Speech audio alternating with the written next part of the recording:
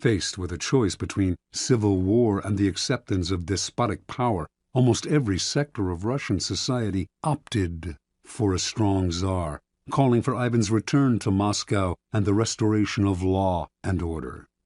In February, with much celebration, Ivan returned to Moscow. The Russians could no longer complain if he behaved dictatorially.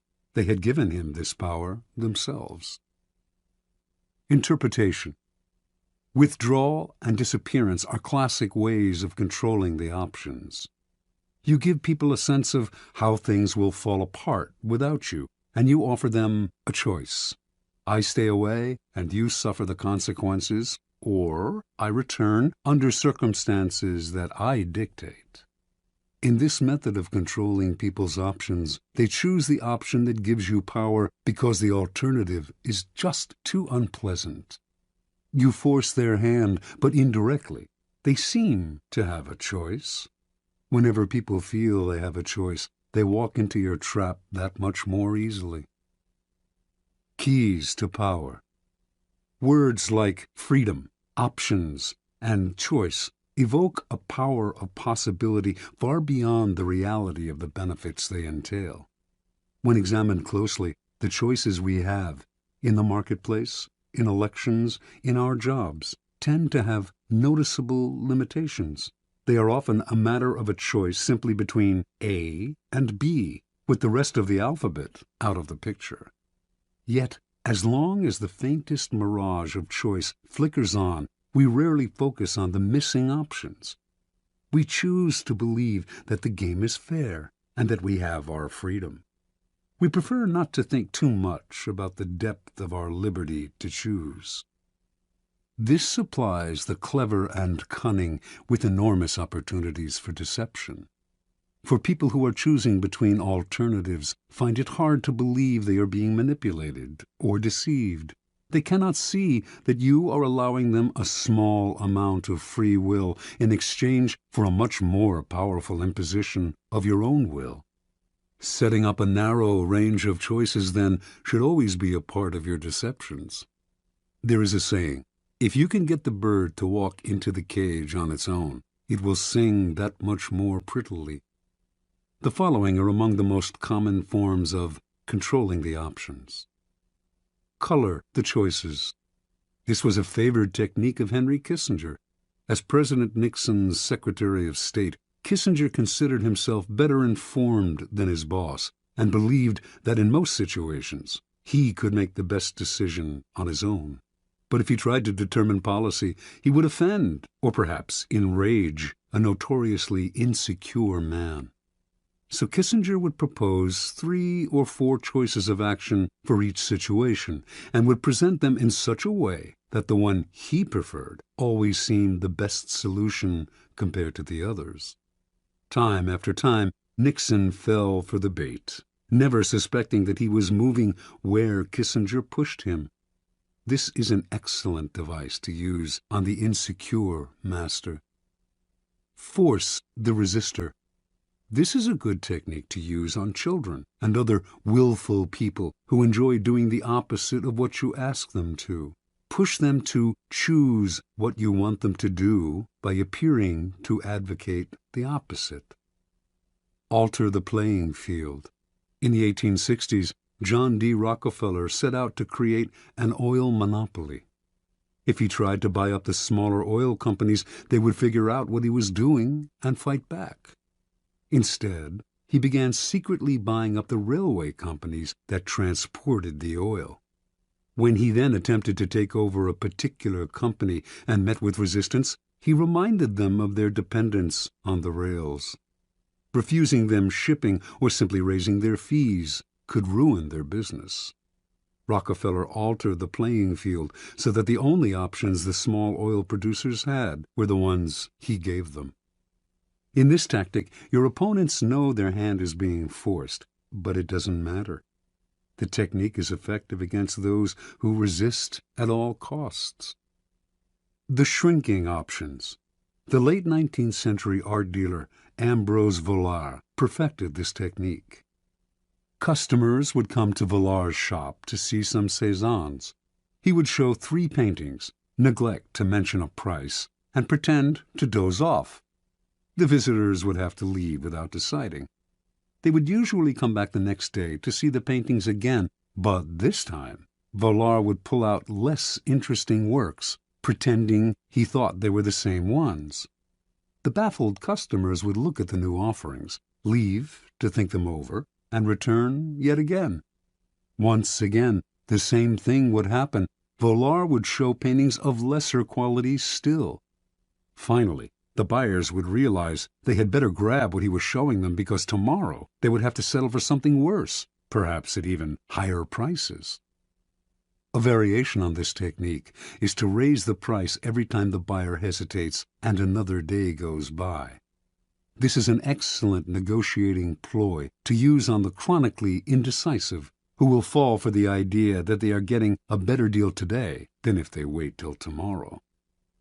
The weak man on the precipice. The weak are the easiest to maneuver by controlling their options. Cardinal de Retz, the great 17th century provocateur, served as an unofficial assistant to the Duke of Orleans, who was notoriously indecisive. It was a constant struggle to convince the Duke to take action. He would hem and haw, weigh the options, and wait until the last moment, giving everyone around him an ulcer. But Retz discovered a way to handle him. He would describe all sorts of dangers, exaggerating them as much as possible, until the Duke saw a yawning abyss in every direction except one, the one Retz was pushing him to take. This tactic is similar to color the choices, but with the weak you have to be more aggressive. Work on their emotions, use fear and terror to propel them into action. Try reason, and they will always find a way to procrastinate. The horns of a dilemma. This idea was demonstrated by General William Sherman's infamous march through Georgia during the American Civil War. Although the Confederates knew what direction Sherman was heading in, they never knew if he would attack from the left or the right, for he divided his army into two wings, and if the rebels retreated from one wing, they found themselves facing the other. This is a classic trial lawyer's technique. The lawyer leads the witness to decide between two possible explanations of an event, both of which poke a hole in their story. They have to answer the lawyer's questions, but whatever they say, they hurt themselves. The key to this move is to strike quickly, deny the victim the time to think of an escape. As they wriggle between the horns of the dilemma, they dig their own grave. Understand, in your struggles with your rivals, it will often be necessary for you to hurt them. And if you are clearly the agent of their punishment, expect a counterattack, expect revenge. If, however, they seem to themselves to be the agents of their own misfortune, they will submit quietly. When Ivan left Moscow for his rural village, the citizens asking him to return agreed to his demand for absolute power. Over the years to come, they resented him less for the terror he unleashed on the country, because, after all, they had granted him his power themselves. This is why it is always good to allow your victims their choice of poison and to cloak your involvement in providing it to them as far as possible.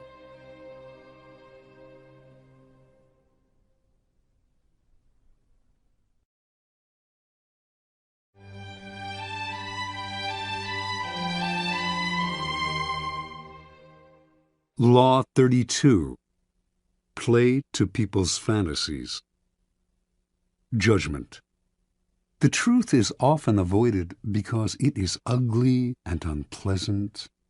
Never appeal to truth and reality unless you are prepared for the anger that comes from disenchantment. Life is so harsh and distressing that people who can manufacture romance or conjure up fantasy are like oases in the desert. Everyone flocks to them. There is great power in tapping into the fantasies of the masses. Observance of the law.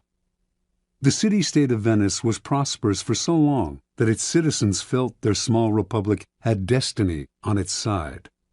In the Middle Ages, and high Renaissance, its virtual monopoly on trade to the east made it the wealthiest city in Europe. Under a beneficent republican government, Venetians enjoyed liberties that few other Italians had ever known.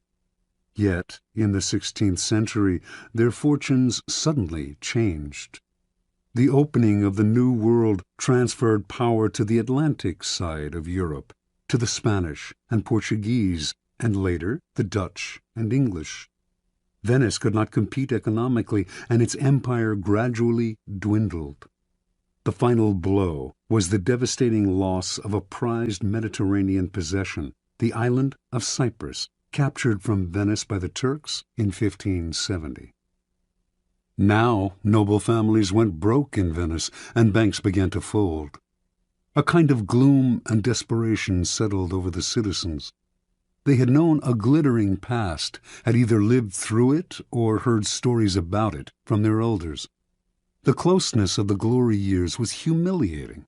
The Venetians half believed that the goddess Fortune was only playing a joke on them, and that the old days would soon return. For the time being, though, what could they do?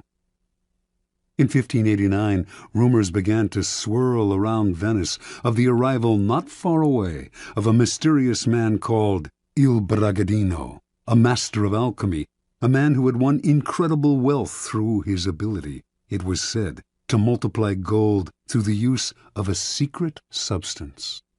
The rumor spread quickly because a few years earlier, a Venetian nobleman passing through Poland had heard a learned man prophesy that Venice would recover her past glory and power if she could find a man who understood the alchemic art of manufacturing gold. And so, as word reached Venice of the gold this Bragadino possessed, he clinked gold coins continuously in his hands, and golden objects filled his palace. Some began to dream. Through him, their city would prosper again. Members of Venice's most important noble families accordingly went together to Brescia, where Bragadino lived. They toured his palace and watched in awe as he demonstrated his gold-making abilities, taking a pinch of seemingly worthless minerals and transforming it into several ounces of gold dust. The Venetian Senate prepared to debate the idea of extending an official invitation to Bragadino to stay in Venice at the city's expense, when word suddenly reached them that they were competing with the Duke of Mantua for his services. They heard of a magnificent party in Bragadino's palace for the Duke, featuring garments with golden buttons, gold watches, gold plates, and on and on. Worried they might lose Bragadino to Mantua, the Senate voted almost unanimously to invite him to Venice, promising him the mountain of money he would need to continue living in his luxurious style, but only if he came right away. Late that year, the mysterious Bragadino arrived in Venice. With his piercing dark eyes under thick brows, and the two enormous black mastiffs that accompanied him everywhere, he was forbidding and impressive. He took up residence in a sumptuous palace on the island of Giudecca, with the Republic funding his banquets, his expensive clothes, and all his other whims. A kind of alchemy fever spread through Venice. On street corners, hawkers would sell coal, distilling apparatus, bellows, how-to books on the subject. Everyone began to practice alchemy. Everyone except Bragadino. The alchemist seemed to be in no hurry to begin manufacturing the gold that would save Venice from ruin. Strangely enough, this only increased his popularity and following. People thronged from all over Europe, even Asia, to meet this remarkable man. Months went by, with gifts pouring in to Bragadino from all sides. Still, he gave no sign of the miracle that the Venetians confidently expected him to produce. Eventually, the citizens began to grow impatient, wondering if he would wait forever. At first the senators warned them not to hurry him. He was a capricious devil who needed to be cajoled. Finally, though, the nobility began to wonder too, and the Senate came under pressure to show a return on the city's ballooning investment. Bragadino had only scorn for the doubters, but he responded to them.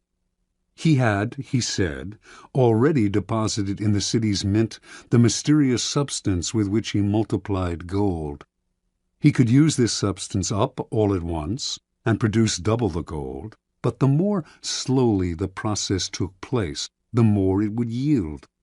If left alone for 7 years, sealed in a casket, the substance would multiply the gold in the mint 30 times over.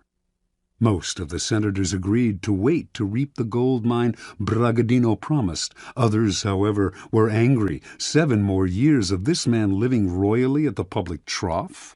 And many of the common citizens of Venice echoed these sentiments. Finally, the alchemist's enemies demanded he produce a proof of his skills, a substantial amount of gold, and soon. Lofty, apparently devoted to his art, Bragadino responded that Venice, in its impatience, had betrayed him, and would therefore lose his services.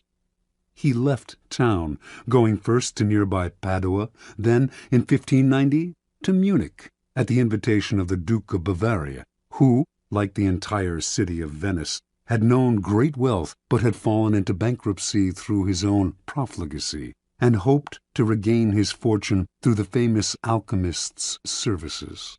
And so Bragadino resumed the comfortable arrangement he had known in Venice, and the same pattern repeated itself. Interpretation.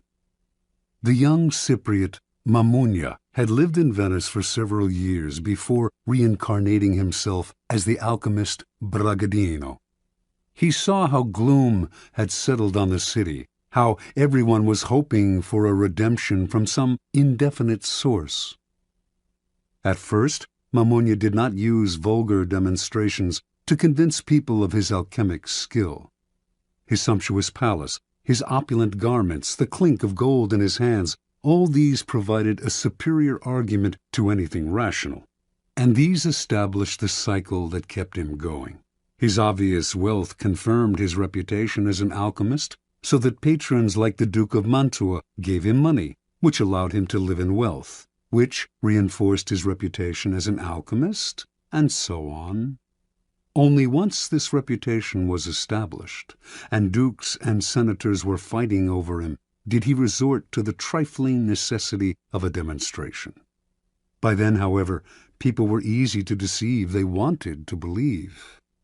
The Venetian senators who watched him multiply gold wanted to believe so badly that they failed to notice the glass pipe up his sleeve from which he slipped gold dust into his pinches of minerals.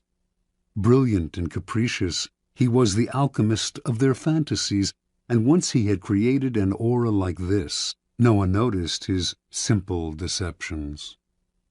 People rarely believe that their problems arise from their own misdeeds and stupidity.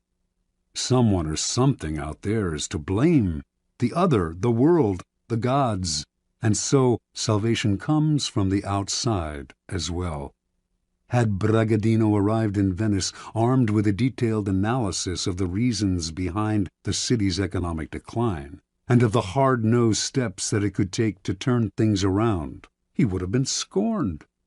The reality was too ugly, and the solution too painful, mostly the kind of hard work that the citizens' ancestors had mustered to create an empire. Fantasy, on the other hand, in this case the romance of alchemy, was easy to understand and infinitely more palatable. To gain power, you must be a source of pleasure for those around you, and pleasure comes from playing to people's fantasies. Never promise a gradual improvement through hard work. Rather, promise the moon, the great and sudden transformation, the pot of gold. Keys to power. Fantasy can never operate alone. It requires the backdrop of the humdrum and the mundane. It is the oppressiveness of reality that allows fantasy to take root and bloom. In 16th century Venice, the reality was one of decline and loss of prestige. The corresponding fantasy described a sudden recovery of past glories through the miracle of alchemy. While the reality only got worse, the Venetians inhabited a happy dream world in which their city restored its fabulous wealth and power overnight, turning dust into gold. The person who can spin a fantasy out of an oppressive reality has access to untold power. As you search for the fantasy that will take hold of the masses, then, keep your eye on the banal truths that weigh heavily on us all. Never be distracted by people's glamorous portraits of themselves and their lives. Search and dig for what really imprisons them. Once you find that, you have the magical key that will put great power in your hands. Remember, the key to fantasy is distance. The distant has allure and promise, seems simple and problem-free. What are you offering, then, should be ungraspable. Never let it become oppressively familiar. It is the mirage in the distance, withdrawing as the sucker approaches. Never be too direct in describing the fantasy. Keep it vague. As a forger of fantasies, let your victim come close enough to see and be tempted, but keep him far away enough that he stays dreaming and desiring. Law 33. Discover each man's thumbscrew. Judgment. Everyone has a weakness, a gap in the castle wall. That weakness is usually an insecurity, an uncontrollable emotion or need. It can also be a small secret pleasure. Either way, once found, it is a thumbscrew you can turn to your advantage. Finding the thumbscrew, a strategic plan of action. We all have resistances. We live with a perpetual armor around ourselves to defend against change and the intrusive actions of friends and rivals. We would like nothing more than to be left to do things our own way. Constantly butting up against these resistances will cost you a lot of energy. One of the most important things to realize about people, though, is that they all have a weakness, some part of their psychological armor that will not resist, that will bend to your will if you find it and push on it. Some people wear their weaknesses openly, others disguise them. Those who disguise them are often the ones most effectively undone through that one chink in their armor. In planning your assault, keep these principles in mind. Pay attention to gestures and unconscious signals. As Sigmund Freud remarked, no mortal can keep a secret. If his lips are silent, he chatters with his fingertips. Betrayal oozes out of him at every pore. This is a critical concept in the search for a person's weakness. It is revealed by seemingly unimportant gestures and passing words. The key is not only what you look for, but where and how you look. Everyday conversation supplies the richest mine of weaknesses, so train yourself to listen. Start by always seeming interested. The appearance of a sympathetic ear will spur anyone to talk. A clever trick, often used by the 19th century French statesman Talleyrand, is to appear to open up to the other person, to share a secret with them. It can be completely made up, or it can be real, but of no great importance to you. The important thing is that it should seem to come from the heart. This will usually elicit a response that is not only as frank as yours, but more genuine, a response that reveals a weakness. If you suspect that someone has a particular soft spot, probe for it indirectly. If, for instance, you sense that a man has a need to be loved, openly flatter him. If he laps up your compliments, no matter how obvious, you are on the right track. Train your eye for details, how someone tips a waiter, what delights a person, the hidden messages in clothes. Find people's idols, the things they worship and will do anything to get. Perhaps you can be the supplier of their fantasies. Find the helpless child. Most weaknesses begin in childhood, before the self builds up compensatory defenses. Perhaps the child was pampered or indulged in a particular area, or perhaps a certain emotional need went unfulfilled. As he or she grows older, the indulgence or the deficiency may be buried, but never disappears. Knowing about a childhood need gives you a powerful key to a person's weakness. One sign of this weakness is that when you touch on it, the person will often act like a child.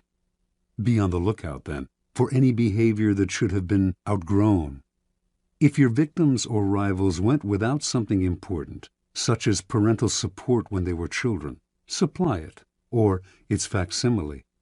If they reveal a secret taste, a hidden indulgence, indulge it.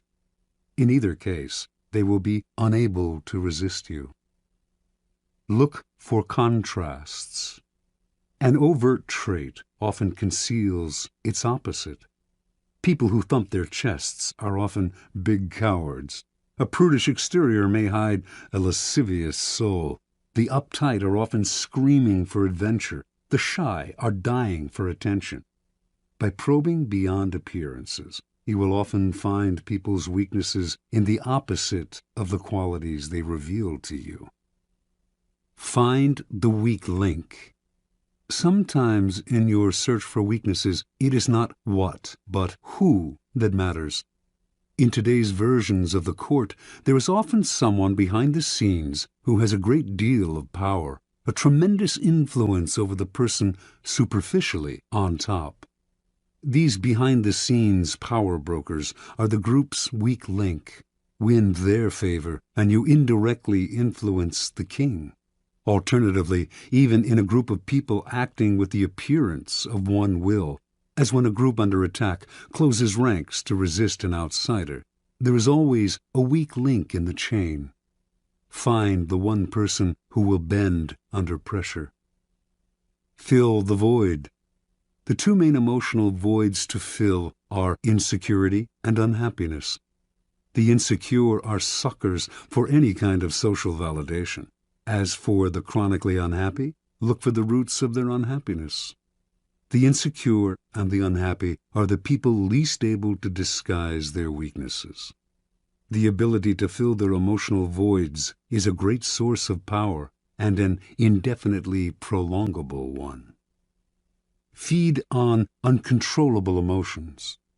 The uncontrollable emotion can be a paranoid fear, a fear disproportionate to the situation, or any base motive such as lust, greed, vanity, or hatred. People in the grip of these emotions often cannot control themselves, and you can do the controlling for them. Observance of the law. Arabella Huntington, wife of the great late 19th century railroad magnate Collis P. Huntington, came from humble origins and always struggled for social recognition among her wealthy peers. When she gave a party in her San Francisco mansion, few of the social elite would show up. Most of them took her for a gold digger, not their kind. Because of her husband's fabulous wealth, art dealers courted her, but with such condescension they obviously saw her as an upstart. Only one man of consequence treated her differently, the dealer Joseph Duveen. For the first few years of Duveen's relationship with Arabella, he made no effort to sell expensive art to her. Instead, he accompanied her to fine stores, chatted endlessly about queens and princesses he knew, on and on. At last, she thought, a man who treated her as an equal, even a superior, in high society. Meanwhile, if Duveen did not try to sell art to her, he did subtly educate her in his aesthetic ideas, namely, that the best art was the most expensive art. And after Arabella had soaked up his way of seeing things, Duveen would act as if she always had exquisite taste, even though before she met him her aesthetics had been abysmal. When Collis Huntington died in 1900, Arabella came into a fortune. She suddenly started to buy expensive paintings, by Rembrandt and Velázquez, for example, and only from Duveen.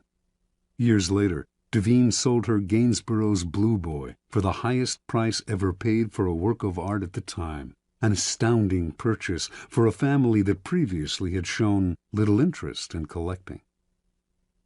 Interpretation. Joseph Devine instantly understood Arabella Huntington and what made her tick. She wanted to feel important, at home in society. Intensely insecure about her lower-class background, she needed confirmation of her new social status. Devine waited. Instead of rushing into trying to persuade her to collect art, he subtly went to work on her weaknesses. He made her feel that she deserved his attention not because she was the wife of one of the wealthiest men in the world, but because of her own special character, and this completely melted her. Devine never condescended to Arabella. Rather than lecturing to her, he instilled his ideas in her indirectly. The result was one of his best and most devoted clients, and also the sale of the Blue Boy. People's need for validation and recognition, their need to feel important, is the best kind of weakness to exploit. First, it is almost universal. Second, exploiting it is so very easy. All you have to do is find ways to make people feel better about their taste, their social standing, their intelligence. Once the fish are hooked, you can reel them in again and again for years. You are filling a positive role, giving them what they cannot get on their own. They may never suspect that you are turning them like a thumbscrew, and if they do, they may not care, because you are making them feel better about themselves, and that is worth any price. Law 34. Be royal in your own fashion. Act like a king to be treated like one. Judgment. The way you carry yourself will often determine how you are treated. In the long run, appearing vulgar or common will make people disrespect you. For a king respects himself and inspires the same sentiment in others. By acting regally and confident of your powers, you make yourself seem destined to wear a crown. Observance of the law. When Christopher Columbus was trying to find funding for his legendary voyages, many around him believed he came from the Italian aristocracy. This view was passed into history through a biography written after the explorer's death by his son, which describes him as a descendant of a Count Colombo of the castle of Cuccaro in Montferrat. Colombo, in turn, was said to be descended from the legendary Roman general Colonius, and two of his first cousins were supposedly direct descendants of an emperor of Constantinople. An illustrious background indeed. But it was nothing more than illustrious fantasy, for Columbus was actually the son of Domenico Colombo, a humble weaver who had opened a wine shop when Christopher was a young man, and who then made his living by selling cheese. Columbus himself had created the myth of his noble background, because from early on he felt that destiny had singled him out for great things, and that he had a kind of royalty in his blood. Accordingly, he acted as if he were indeed descended from noble stock. After an uneventful career as a merchant on a commercial vessel, Columbus, originally from Genoa, settled in Lisbon. Using the fabricated story of his noble background, he married into an established Lisbon family that had excellent connections with Portuguese royalty. Through his in-laws, Columbus finagled a meeting with the King of Portugal, João II, whom he petitioned to finance a westward voyage aimed at discovering a shorter route to Asia. In return for announcing that any discoveries he achieved would be made in the king's name, Columbus wanted a series of rights: the title Grand Admiral of the Ocean Sea, the office of Viceroy over any lands he found, and 10% of the future commerce with such lands.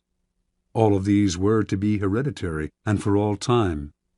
Columbus made these demands even though he had previously been a mere merchant. He knew almost nothing about navigation.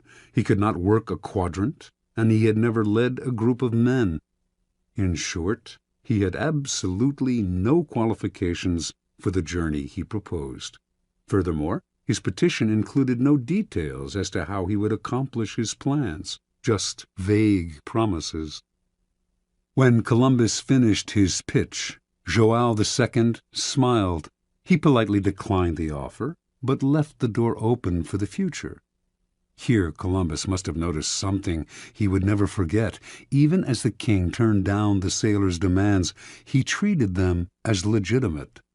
He neither laughed at Columbus nor questioned his background and credentials. In fact, the king was impressed by the boldness of Columbus's requests, and clearly felt comfortable in the company of a man who acted so confidently.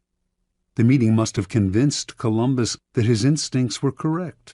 By asking for the moon, he had instantly raised his own status, for the king assumed that unless a man who set such a high price on himself were mad, which Columbus did not appear to be, he must somehow be worth it.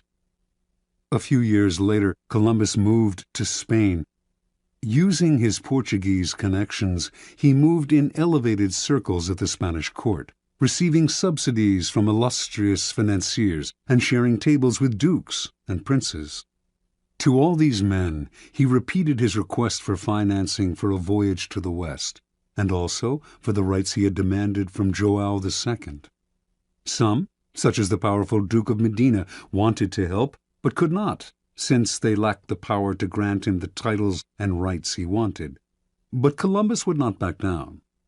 He soon realized that only one person could meet his demands: Queen Isabella. In 1487, he finally managed a meeting with the Queen, and although he could not convince her to finance the voyage, he completely charmed her and became a frequent guest in the palace. In 1492, the Spanish finally expelled the Moorish invaders who centuries earlier had seized parts of the country. With the wartime burden on her treasury lifted, Isabella felt she could finally respond to the demands of her explorer friend, and she decided to pay for 3 ships, equipment, the salaries of the crews, and a modest stipend for Columbus. More important, she had a contract drawn up that granted Columbus the titles and rights on which he had insisted. The only one she denied, and only in the contract's fine print, was the 10% of all revenues from any lands discovered, an absurd demand, since he wanted no time limit on it. Had the clause been left in, it would eventually have made Columbus and his heirs the wealthiest family on the planet. Columbus never read the fine print. Satisfied that his demands had been met, Columbus set sail that same year in search of the passage to Asia. Before he left, he was careful to hire the best navigator he could find to help get him there. The mission failed to find such a passage, yet when Columbus petitioned the Queen to finance an even more ambitious voyage the following year, she agreed. By then, she had come to see Columbus as destined for great things. Interpretation. Columbus had an amazing power to charm the nobility, and it all came from the way he carried himself. He projected a sense of confidence that was completely out of proportion to his means. Nor was his confidence the aggressive, ugly self-promotion of an upstart. It was a quiet and calm self-assurance. In fact, it was the same confidence usually shown by the nobility themselves. The powerful in the old-style aristocracies felt no need to prove or assert themselves. Being noble, they knew they always deserved more, and asked for it.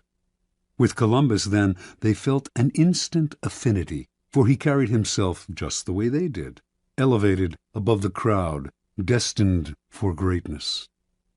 Understand, it is within your power to set your own price. How you carry yourself reflects what you think of yourself. If you ask for little, shuffle your feet, and lower your head, people will assume this reflects your character.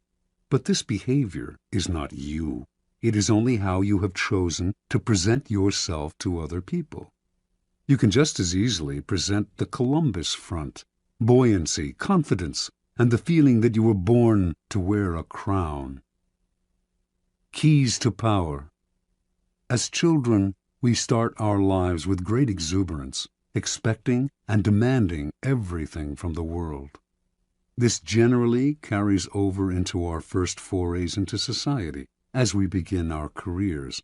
But as we grow older, the rebuffs and failures we experience set up boundaries that only get firmer with time. Coming to expect less from the world, we accept limitations that are really self-imposed.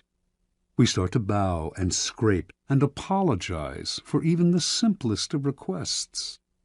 The solution to such a shrinking of horizons is to deliberately force ourselves in the opposite direction, to downplay the failures and ignore the limitations, to make ourselves demand and expect as much as the child. To accomplish this, we must use a particular strategy upon ourselves. Call it the strategy of the crown. The strategy of the crown is based on a simple chain of cause and effect. If we believe we are destined for great things, our belief will radiate outward just as a crown creates an aura around a king. This outward radiance will infect the people around us, who will think we must have reasons to feel so confident. People who wear crowns seem to feel no inner sense of the limits to what they can ask for or what they can accomplish. This too radiates outward. Limits and boundaries disappear. Use the strategy of the crown, and you will be surprised how often it bears fruit. Take as an example those happy children who ask for whatever they want and get it. Their high expectations are their charm. Adults enjoy granting their wishes, just as Isabella enjoyed granting the wishes of Columbus. Law 35. Master the art of timing. Judgment. Never seem to be in a hurry. Hurrying betrays a lack of control over yourself and over time. Always seem patient, as if you know that everything will come to you eventually. Become a detective of the right moment. Sniff out the spirit of the times, the trends that will carry you to power.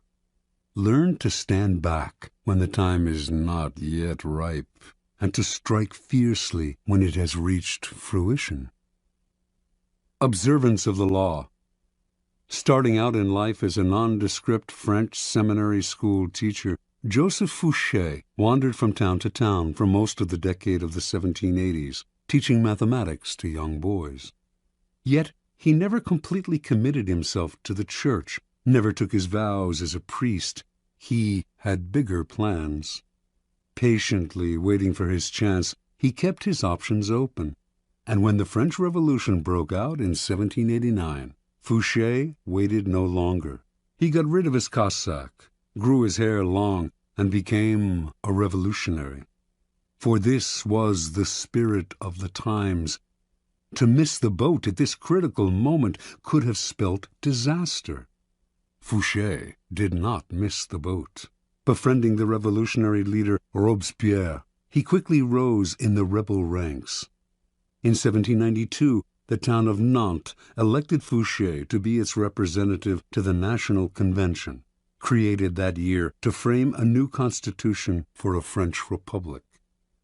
When Fouché arrived in Paris to take his seat at the convention, a violent rift had broken out between the moderates and the radical Jacobins. Fouché sensed that in the long run, neither side would emerge victorious. Power rarely ends up in the hands of those who start a revolution or even of those who further it. Power sticks to those who bring it to a conclusion. That was the side Fouché wanted to be on. His sense of timing was uncanny. He started as a moderate, for moderates were in the majority. When the time came to decide on whether or not to execute Louis XVI, however, he saw that the people were clamoring for the king's head, so he cast the deciding vote for the guillotine. Now he had become a radical. Yet, as tensions came to the boil in Paris, he foresaw the danger of being too closely associated with any one faction, so he accepted a position in the provinces where he could lay low for a while. A few months later, he was assigned to the post of proconsul in Lyon, where he oversaw the execution of dozens of aristocrats. At a certain moment, however, he called a halt to the killings, sensing that the mood of the country was turning, and despite the blood already on his hands, the citizens of Lyon hailed him as a savior from what had become known as the Terror. So far, Fouché had played his cards brilliantly, but in 1794 his old friend Robespierre recalled him to Paris to account for his actions in Lyon. Robespierre had been the driving force behind the Terror.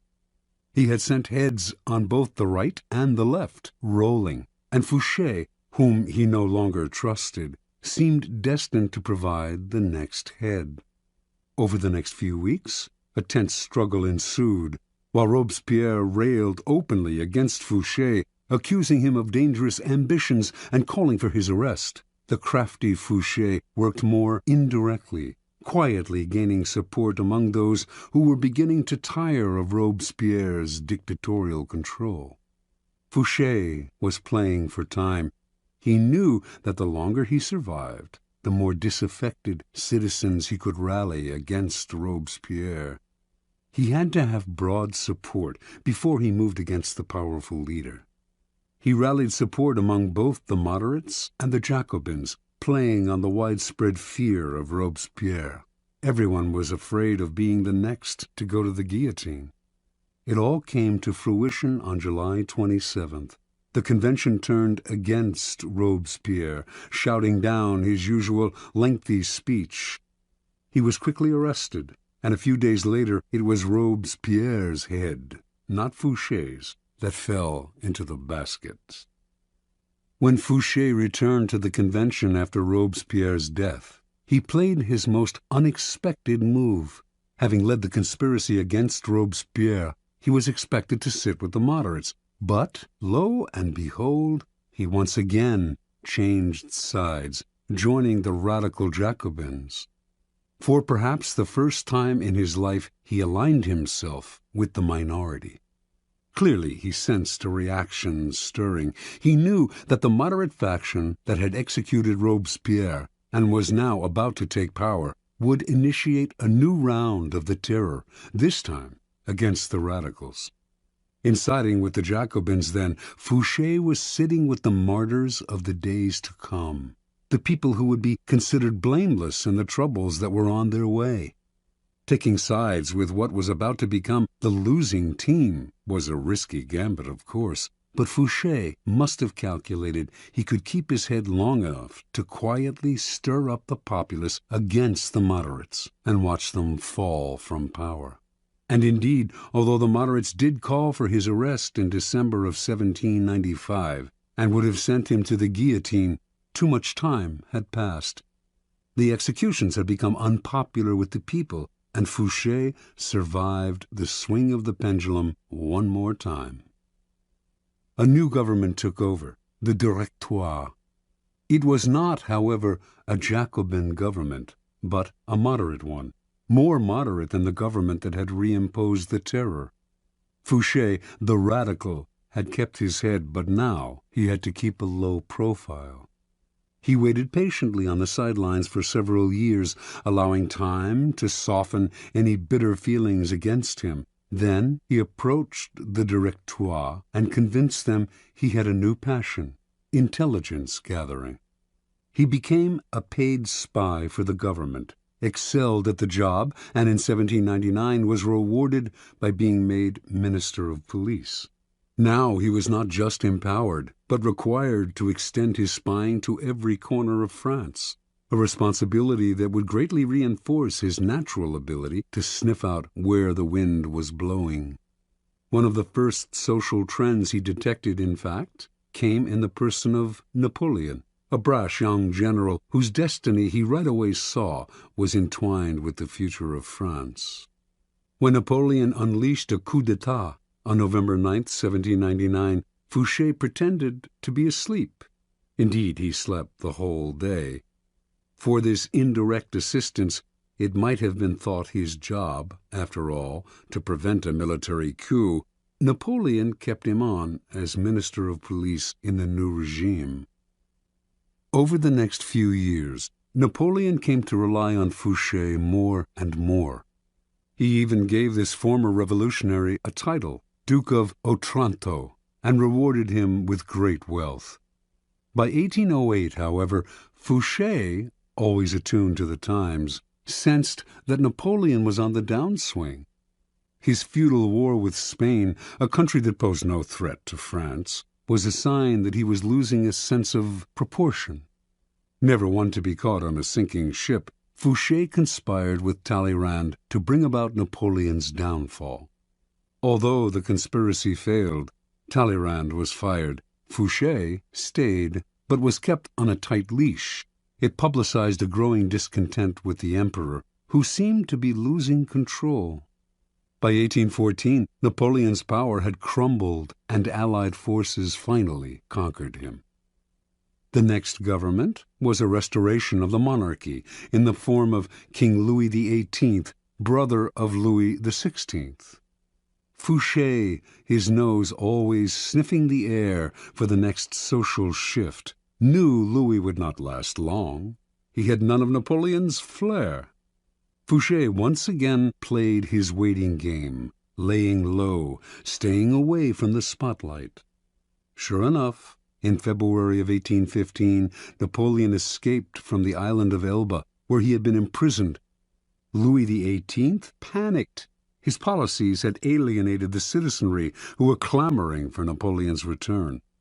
So Louis turned to the one man who could maybe have saved his hide, Fouché, the former radical who had sent his brother Louis XVI to the guillotine, but was now one of the most popular and widely admired politicians in France. Fouché, however, would not side with a loser. He refused Louis's request for help by pretending that his help was unnecessary, by swearing that Napoleon would never return to power, although he knew otherwise. A short time later, of course, Napoleon and his new citizen army were closing in on Paris. Seeing his reign about to collapse, feeling that Fouché had betrayed him, and certain that he did not want this powerful and able man on Napoleon's team, King Louis ordered the minister's arrest and execution. On March 16, 1815, policemen surrounded Fouché's coach on a Paris boulevard. Was this finally his end? Perhaps, but not immediately. Fouché told the police that an ex-member of government could not be arrested on the street. They fell for the story and allowed him to return home.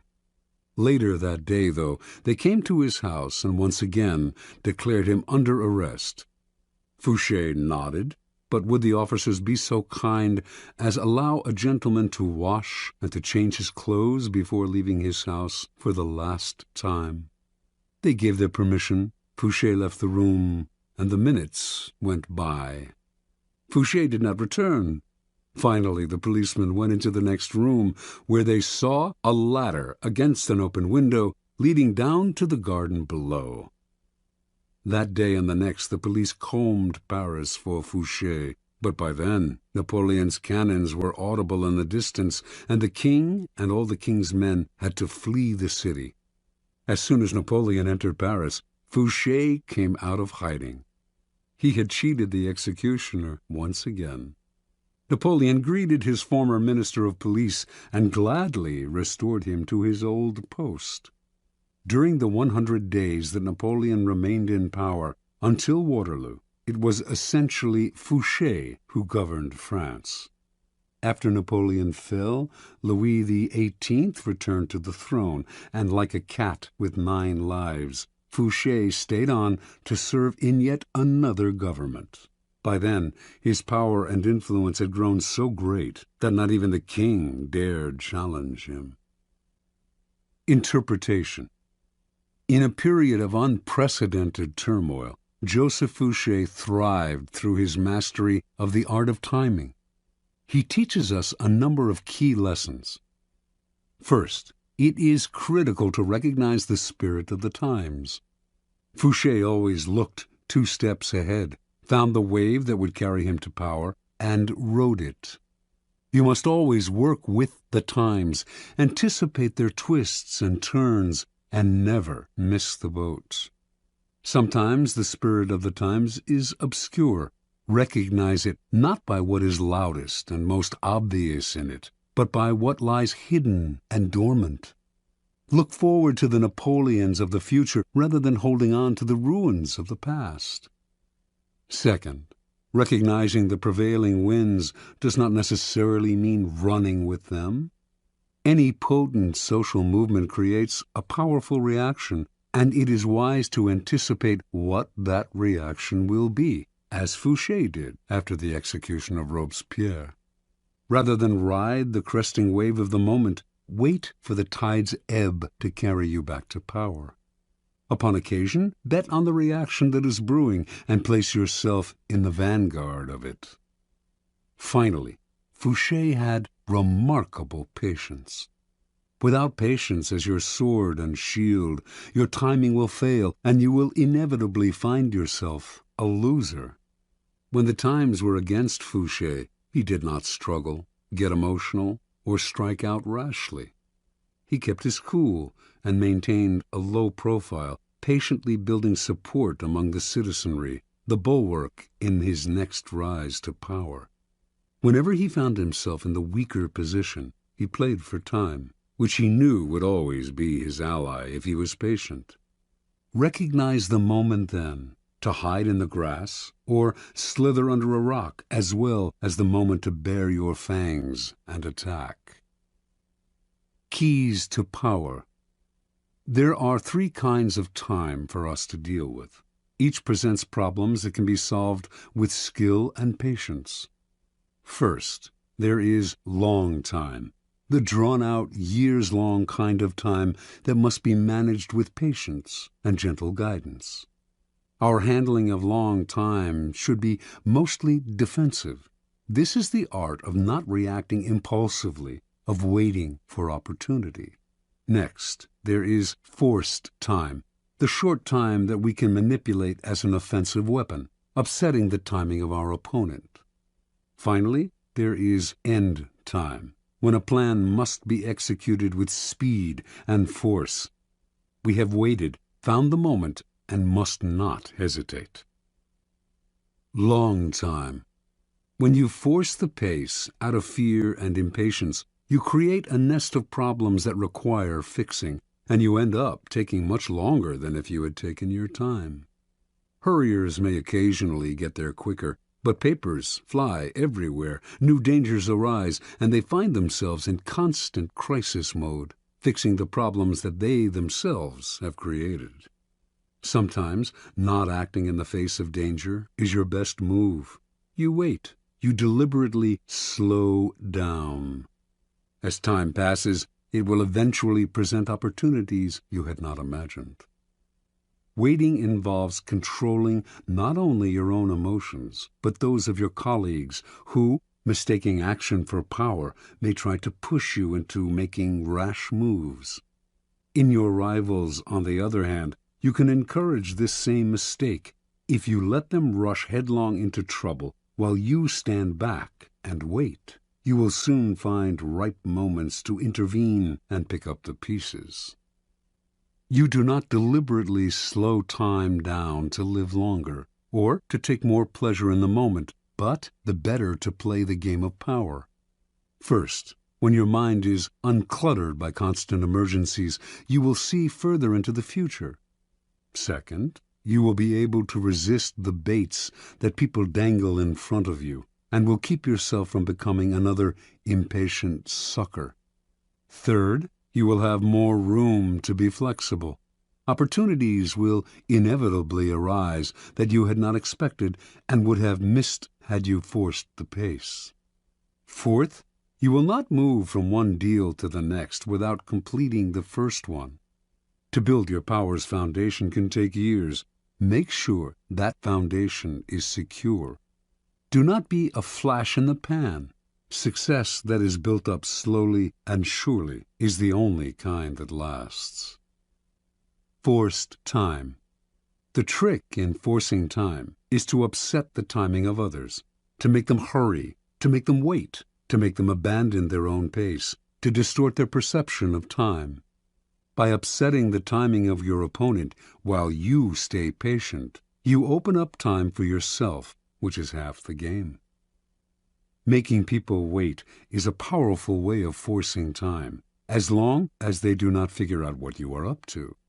You control the clock. They linger in limbo and rapidly come unglued, opening up opportunities for you to strike. The opposite effect is equally powerful. You make your opponents hurry, start off your dealings with them slowly, then suddenly apply pressure, making them feel that everything is happening at once. People who lack the time to think will make mistakes, so set their deadlines for them. This was the technique Machiavelli admired in Cesare Borgia, who, during negotiations, would suddenly press vehemently for a decision, upsetting his opponent's timing and patience. For who would dare make Cesare wait? End time. You can play the game with the utmost artistry, waiting patiently for the right moment to act, putting your competitors off their form by messing with their timing. But it won't mean a thing unless you know how to finish. Do not be one of those people who look like paragons of patience, but are actually just afraid to bring things to a close. Patience is worthless unless combined with a willingness to fall ruthlessly on your opponent at the right moment. You can wait as long as necessary for the conclusion to come, but when it comes, it must come quickly. Use speed to paralyze your opponent, cover up any mistakes you might make, and impress people with your aura of authority and finality. With the patience of a snake charmer, you draw the snake out with calm and steady rhythms. Once the snake is out, though, would you dangle your foot above its deadly head? There is never a good reason to allow the slightest hitch in your endgame. Your mastery of timing can really only be judged by how you work with end time, how you quickly change the pace and bring things to a swift and definitive conclusion. Law 36. Disdain things you cannot have. Ignoring them is the best revenge. Judgment. By acknowledging a petty problem, you give it existence and credibility. The more attention you pay an enemy, the stronger you make him, and a small mistake is often made worse and more visible when you try to fix it. It is sometimes best to leave things alone. If there is something you want but cannot have, show contempt for it. The less interest you reveal, the more superior you seem. Observance of the law. In the year 1527, King Henry VIII of England decided he had to find a way to get rid of his wife, Catherine of Aragon. Catherine had failed to produce a son, a male heir who would ensure the continuance of his dynasty, and Henry thought he knew why. He had read in the Bible the passage, "And if a man shall take his brother's wife, it is an unclean thing. He hath uncovered his brother's nakedness. They shall be childless." Before marrying Henry, Catherine had married his older brother Arthur, but Arthur had died 5 months later. Henry had waited an appropriate time, then had married his brother's widow. Catherine was the daughter of King Ferdinand and Queen Isabella of Spain, and by marrying her, Henry had kept alive a valuable alliance. Now, however, Catherine had to assure him that her brief marriage with Arthur had never been consummated. Otherwise, Henry would view their relationship as incestuous and their marriage as null and void. Catherine insisted that she had remained a virgin through her marriage to Arthur, and Pope Clement VII supported her by giving his blessing to the union, which he could not have done had he considered it incestuous. Yet, after years of marriage to Henry, Catherine had failed to produce a son, and in the early 1520s she had entered menopause. To the king, this could only mean one thing. She had lied about her virginity. Their union was incestuous, and God had punished them. There was another reason why Henry wanted to get rid of Catherine. He had fallen in love with a younger woman, Anne Boleyn. Not only was he in love with her, but if he married her, he could still hope to sire a legitimate son. The marriage to Catherine had to be annulled. For this, however, Henry had to apply to the Vatican, but Pope Clement would never annul their marriage. By the summer of 1527, rumors spread throughout Europe that Henry was about to attempt the impossible, to annul his marriage against Clement's wishes. Catherine would never abdicate, let alone voluntarily enter a nunnery, as Henry had urged her. But Henry had his own strategy. He stopped sleeping in the same bed with Catherine, since he considered her his sister-in-law, not his lawful wife. He insisted on calling her Princess Dowager of Wales, her title as Arthur's widow. Finally, in 1531, he banished her from court and shipped her off to a distant castle. The Pope ordered him to return her to court on pain of excommunication, the most severe penalty a Catholic could suffer. Henry not only ignored this threat, he insisted that his marriage to Catherine had been dissolved, and in 1533 he married Anne Boleyn. Clement refused to recognize the marriage, but Henry did not care. He no longer recognized the Pope's authority and proceeded to break with the Roman Catholic Church, establishing the Church of England in its stead, with the king as the head of the new church. And so, not surprisingly, the newly formed Church of England proclaimed Anne Boleyn England's rightful queen. The Pope tried every threat in the book, but nothing worked. Henry simply ignored him. Clement fumed. No one had ever treated him so contemptuously. Henry had humiliated him, and he had no power of recourse. Even excommunication, which he constantly threatened but never carried out, would no longer matter. Catherine, too, felt the devastating sting of Henry's disdain. She tried to fight back, but in appealing to Henry, her words fell on deaf ears, and soon they fell on no one's. Isolated from the court, ignored by the king, mad with anger and frustration, Catherine slowly deteriorated and finally died in January of 1536 from a cancerous tumor of the heart. Interpretation. When you pay attention to a person, the two of you become partners of sorts, each moving in step to the actions and reactions of the other. In the process, you lose your initiative. It is a dynamic of all interactions. By acknowledging other people, even if only to fight with them, you open yourself to their influence. Had Henry locked horns with Catherine, he would have found himself mired in endless arguments that would have weakened his resolve and eventually worn him down.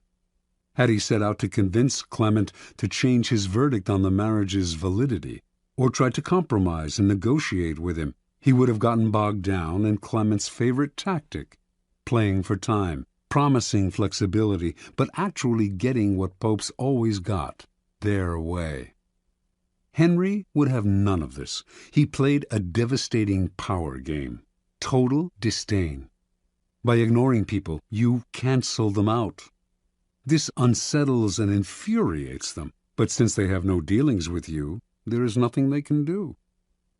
This is the offensive aspect of the law. Playing the card of contempt is immensely powerful, for it lets you determine the conditions of the conflict. The war is waged on your terms. This is the ultimate power pose. You are the king, and you ignore what offends you. Watch how this tactic infuriates people. Half of what they do is to get your attention, and when you withhold it from them, they flounder in frustration. Keys to power. If choosing to ignore enhances your power, it follows that the opposite approach, commitment and engagement, often weakens you. By paying undue attention to a puny enemy, you look puny, and the longer it takes you to crush such an enemy, the larger the enemy seems. When Athens set out to conquer the island of Sicily in 415 BC, a giant power was attacking a tiny one. Yet by entangling Athens in a long, drawn-out conflict, Syracuse, Sicily's most important city-state, was able to grow in stature and confidence.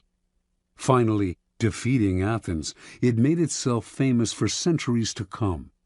In recent times, President John F. Kennedy made a similar mistake in his attitude to Fidel Castro of Cuba. His failed invasion at the Bay of Pigs in 1961 made Castro an international hero. When you are attacked by an inferior, deflect people's attention by making it clear that the attack has not even registered. Look away, or answer sweetly, showing how little the attack concerns you. Similarly, when you yourself have committed a blunder, the best response is often to make less of your mistake by treating it lightly. Remember, the powerful responses to niggling, petty annoyances, and irritations are contempt and disdain. Never show that something has affected you or that you are offended. That only shows you have acknowledged a problem. Contempt is a dish that is best served cold and without affection. Law 37. Create compelling spectacles. Judgment. Striking imagery and grand symbolic gestures create the aura of power. Everyone responds to them. Stage spectacles for those around you. Then, full of arresting visuals and radiant symbols that heighten your presence. Dazzled by appearances, no one will notice what you are really doing. Observance of the law. In 1536, the future king, Henry II of France, took his first mistress, Diane de Poitiers. Diane was 37 at the time, and was the widow of the Grand Seneschal of Normandy. Henry, meanwhile, was a sprightly lad of 17, who was just beginning to sow his wild oats. At first, their union seemed merely platonic, with Henry showing an intensely spiritual devotion to Diane. But it soon became clear that he loved her in every way, preferring her bed to that of his young wife, Catherine de' Medici. In 1547, King Francis died, and Henry ascended to the throne. This new situation posed perils for Diane de Poitiers. She had just turned 48, and despite her notorious cold baths and rumored youth potions, she was beginning to show her age. Now that Henry was king, perhaps he would return to the queen's bed, and do as other kings had done, choose mistresses from the bevy of beauties who made the French court the envy of Europe. He was, after all, only 28, and cut a dashing figure. But Diane did not give up so easily. She would continue to enthrall her lover, as she had enthralled him for the past 11 years. Diane's secret weapons were symbols and images to which she had always paid great attention. Early on in her relationship with Henry, she had created a motif by intertwining her initials with his to symbolize their union. The idea worked like a charm.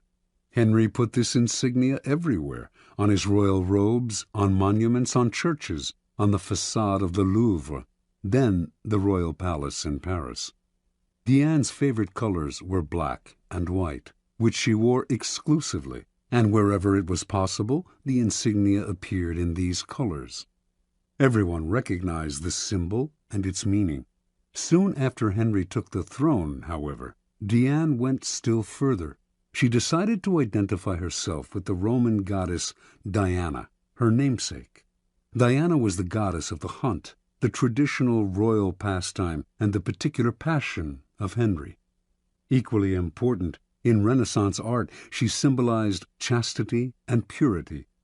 For a woman like Diane to identify herself with this goddess would instantly call up those images in the court, giving her an air of respectability. Symbolizing her chaste relationship with Henry, It would also set her apart from the adulterous liaisons of royal mistresses past. To effect this association, Diane began by completely transforming her castle at Anet. She razed the building's structure and in its place erected a magnificent Doric columned edifice modeled after a Roman temple. It was made in white Normandy stone, flecked with black silex, reproducing Diane's trademark colors of black and white. The insignia of her and Henry's initials appeared on the columns, the doors, the windows, the carpet. Meanwhile, symbols of Diana, crescent moons, stags, and hounds, adorned the gates and facade. Inside, enormous tapestries depicting episodes in the life of the goddess lay on the floors and hung on the walls. In the garden stood the famous Goujon sculpture Diane Chasseresse, which is now in the Louvre, and which had an uncanny resemblance to Diane de Poitiers. Paintings and other depictions of Diana appeared in every corner of the castle. Anet overwhelmed Henry, who soon was trumpeting the image of Diane de Poitiers as a Roman goddess. In 1548, when the couple appeared together in Lyon for a royal celebration, the townspeople welcomed them with a tableau vivant depicting a scene with Diana the huntress. France's greatest poet of the period, Pierre de Ronsard, began to write verses in honor of Diana. Indeed, a kind of cult of Diana sprang up, all inspired by the king's mistress. It seemed to Henry that Diane had given herself a kind of divine aura, and as if he were destined to worship her for the rest of his life. And until his death in 1559, he did remain faithful to her, making her a duchess, giving her untold wealth, and displaying an almost religious devotion to his first and only mistress. Interpretation. Diane de Poitiers, a woman from a modest bourgeois background, managed to captivate Henry for over 20 years. By the time she died, she was well into her 60s, yet his passion for her only increased with the years. She knew the king well. He was not an intellectual, but a lover of the outdoors. He particularly loved jousting tournaments, with their bright pennants, brilliantly caparisoned horses, and beautifully dressed women. Henry's love of visual splendor seemed childlike to Diane, and she played on this weakness of his at every opportunity. Most astute of all was Diane's appropriation of the goddess Diana. Here she took the game beyond physical imagery into the realm of the psychic symbol. It was quite a feat to transform a king's mistress into an emblem of power and purity, but she managed it. Without the resonance of the goddess, Diane was merely an aging courtesan. With the imagery and symbolism of Diana on her shoulders, she seemed a mythic force destined for greatness.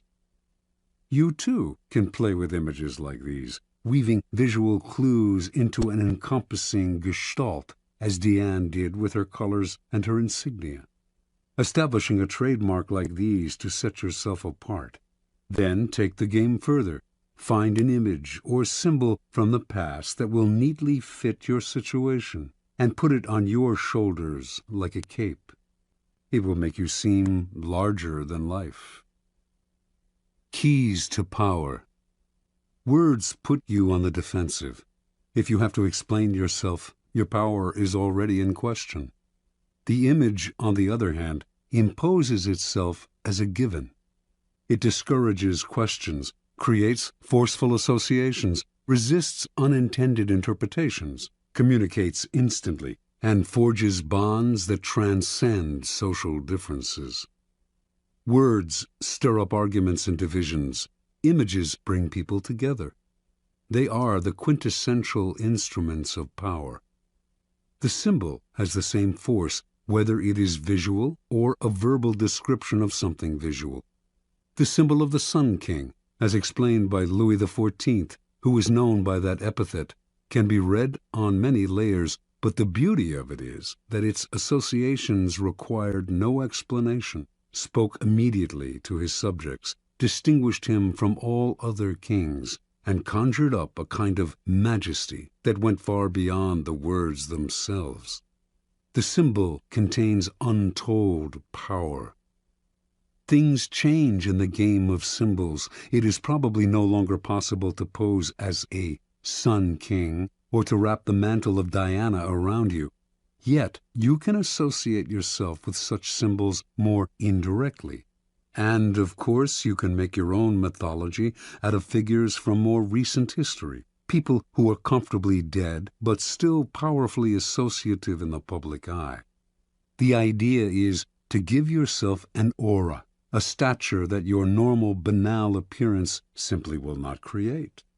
By herself, Diane de Poitiers had no such radiant powers. She was as human and ordinary as most of us. But the symbol elevated her above the human lot and made her seem divine. Use the power of symbols as a way to rally, animate, and unite your troops or team. Always find a symbol to represent your cause. The more emotional associations, the better.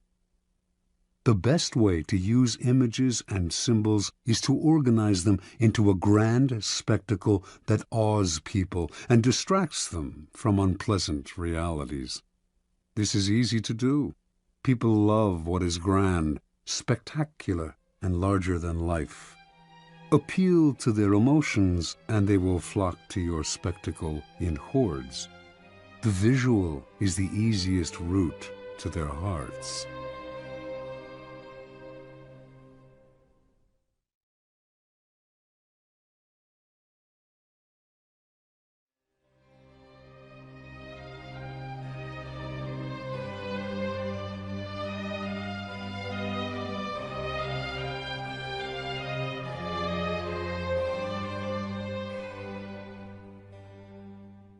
Law 38. Think as you like, but behave like others. Judgment. If you make a show of going against the times, flaunting your unconventional ideas and unorthodox ways, people will think that you only want attention and that you look down upon them.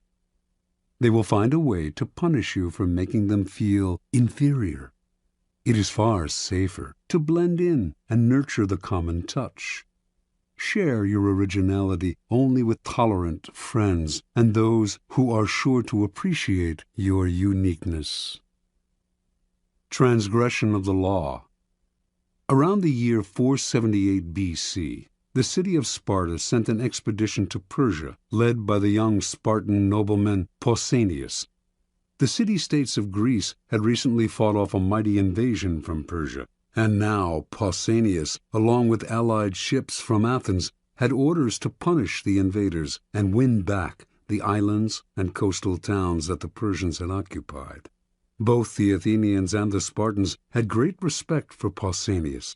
He had proven himself as a fearless warrior with a flair for the dramatic. With amazing speed, Pausanias and his troops took Cyprus, then moved on to the mainland of Asia Minor known as the Hellespont, and captured Byzantium, modern-day Istanbul. Now, master of part of the Persian Empire, Pausanias began to show signs of behavior that went beyond his normal flamboyance. He appeared in public wearing pomade in his hair and flowing Persian robes, and accompanied by a bodyguard of Egyptians. He held lavish banquets, in which he sat in the Persian manner and demanded to be entertained. He stopped seeing his old friends, entered into communication with the Persian king Xerxes, and all in all affected the style and manner of a Persian dictator. Clearly power and success had gone to Pausanias' head. His army, Athenians and Spartans alike, at first thought this is a passing fancy. He had always been a bit exaggerated in his gestures, but when he flaunted his disdain for the Greek simple way of life and insulted the common Greek soldier, they began to feel he had gone too far. Although there was no concrete evidence for this, rumors spread that he had gone over to the other side, and that he dreamed of becoming a kind of Greek Xerxes. To quell the possibility of mutiny, the Spartans relieved Pausanias of his command and called him home.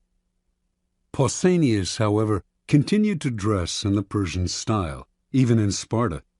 After a few months he independently hired a trireme and returned to the Hellespont, telling his compatriots he was going to continue the fight against the Persians.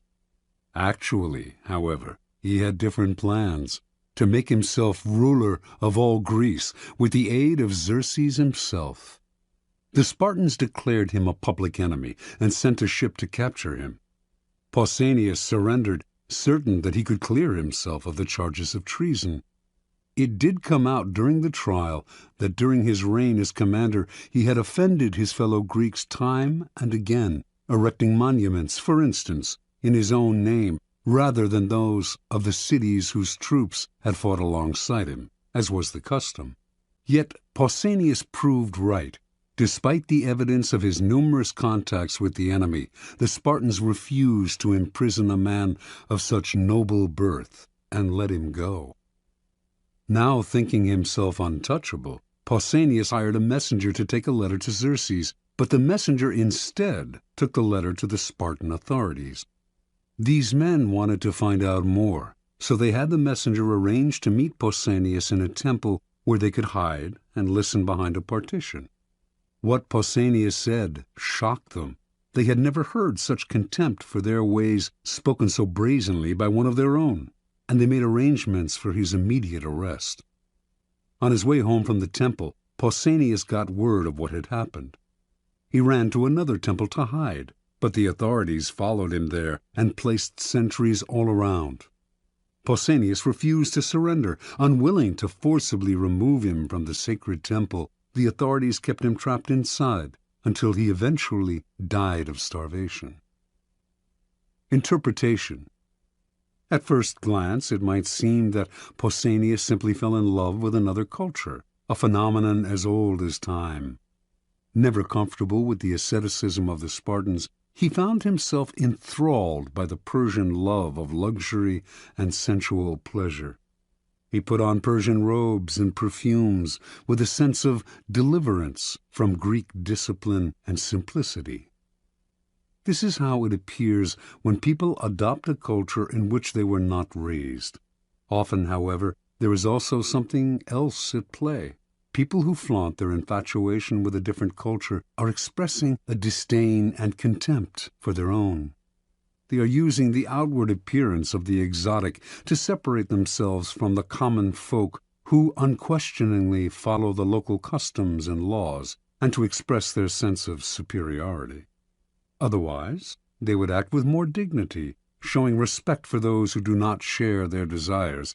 Indeed, their need to show their difference so dramatically often makes them disliked by the people whose beliefs they challenge, indirectly and subtly, perhaps, but offensively nonetheless. Cultures have norms that reflect centuries of shared beliefs and ideals.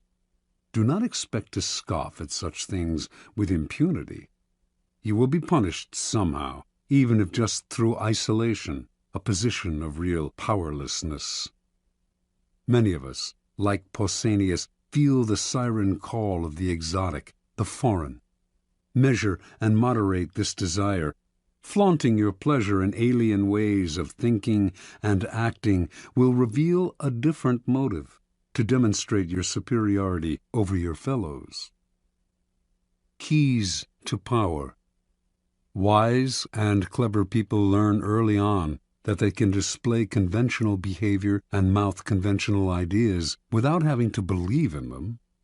The power these people gain from blending in is that of being left alone to have the thoughts they want to have, and to express them to the people they want to express them to, without suffering isolation or ostracism. Once they have established themselves in a position of power, they can try to convince a wider circle of the correctness of their ideas, perhaps working indirectly. Make a show of blending in, even going so far as to be the most zealous advocate of the prevailing orthodoxy. If you stick to conventional appearances in public, few will believe you think differently in private. Do not be so foolish as to imagine that in our own time the old orthodoxies are gone. Jonas Salk, for instance, thought science had gotten past politics and protocol, and so, in his search for a polio vaccine, he broke all the rules, going public with the discovery before showing it to the scientific community, taking credit for the vaccine without acknowledging the scientists who had paved the way, making himself a star. The public may have loved him, but scientists shunned him. His disrespect for his community's orthodoxies left him isolated, and he wasted years trying to heal the breach and struggling for funding and cooperation. The logical extension of this law is the invaluable ability to be all things to all people. When you go into society, leave behind your own ideas and values, and put on the mask that is most appropriate for the group in which you find yourself. People will swallow the bait because it flatters them to believe that you share their ideas. They will not take you as a hypocrite if you are careful, for how can they accuse you of hypocrisy if you do not let them know exactly what you stand for? Nor will they see you as lacking in values. Of course you have values, the values you share with them while in their company. Law 39. Stir up waters to catch fish. Judgment. Anger and emotion are strategically counterproductive. You must always stay calm and objective, but if you can make your enemies angry while staying calm yourself, you gain a decided advantage. Put your enemies off balance. Find the chink in their vanity through which you can rattle them and you hold the strings. Observance of the law. By the late 1920s, Haile Selassie had nearly achieved his goal of assuming total control over Ethiopia, a country he felt needed strong and unified leadership. As regent to the Empress Zewditu, stepdaughter of the late queen and heir to the throne, Selassie had spent several years weakening the power of Ethiopia's various warlords. Now, only one real obstacle stood in his way: the Empress and her husband, Ras Gugsa.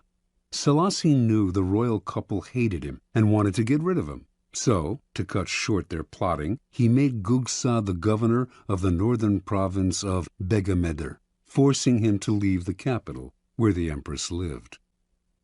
For several years, Gugsa played the loyal administrator, but Selassie did not trust him. He knew that Gugsa and the Empress were plotting revenge. As time passed, and Gugsa made no move, the chances of a plot only increased. Selassie knew what he had to do: draw Gugsa out, get under his skin, and push him into action before he was ready. For several years, a northern tribe, the Azibu Galas, had been in virtual rebellion against the throne, robbing and pillaging local villages and refusing to pay taxes.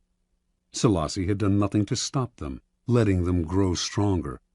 Finally, in 1929, he ordered Ras Gugsa to lead an army against these disobedient tribesmen. Gugsa agreed, but inwardly he seethed. He had no grudge against the Azibu Galas, and the demand that he fight them hurt his pride.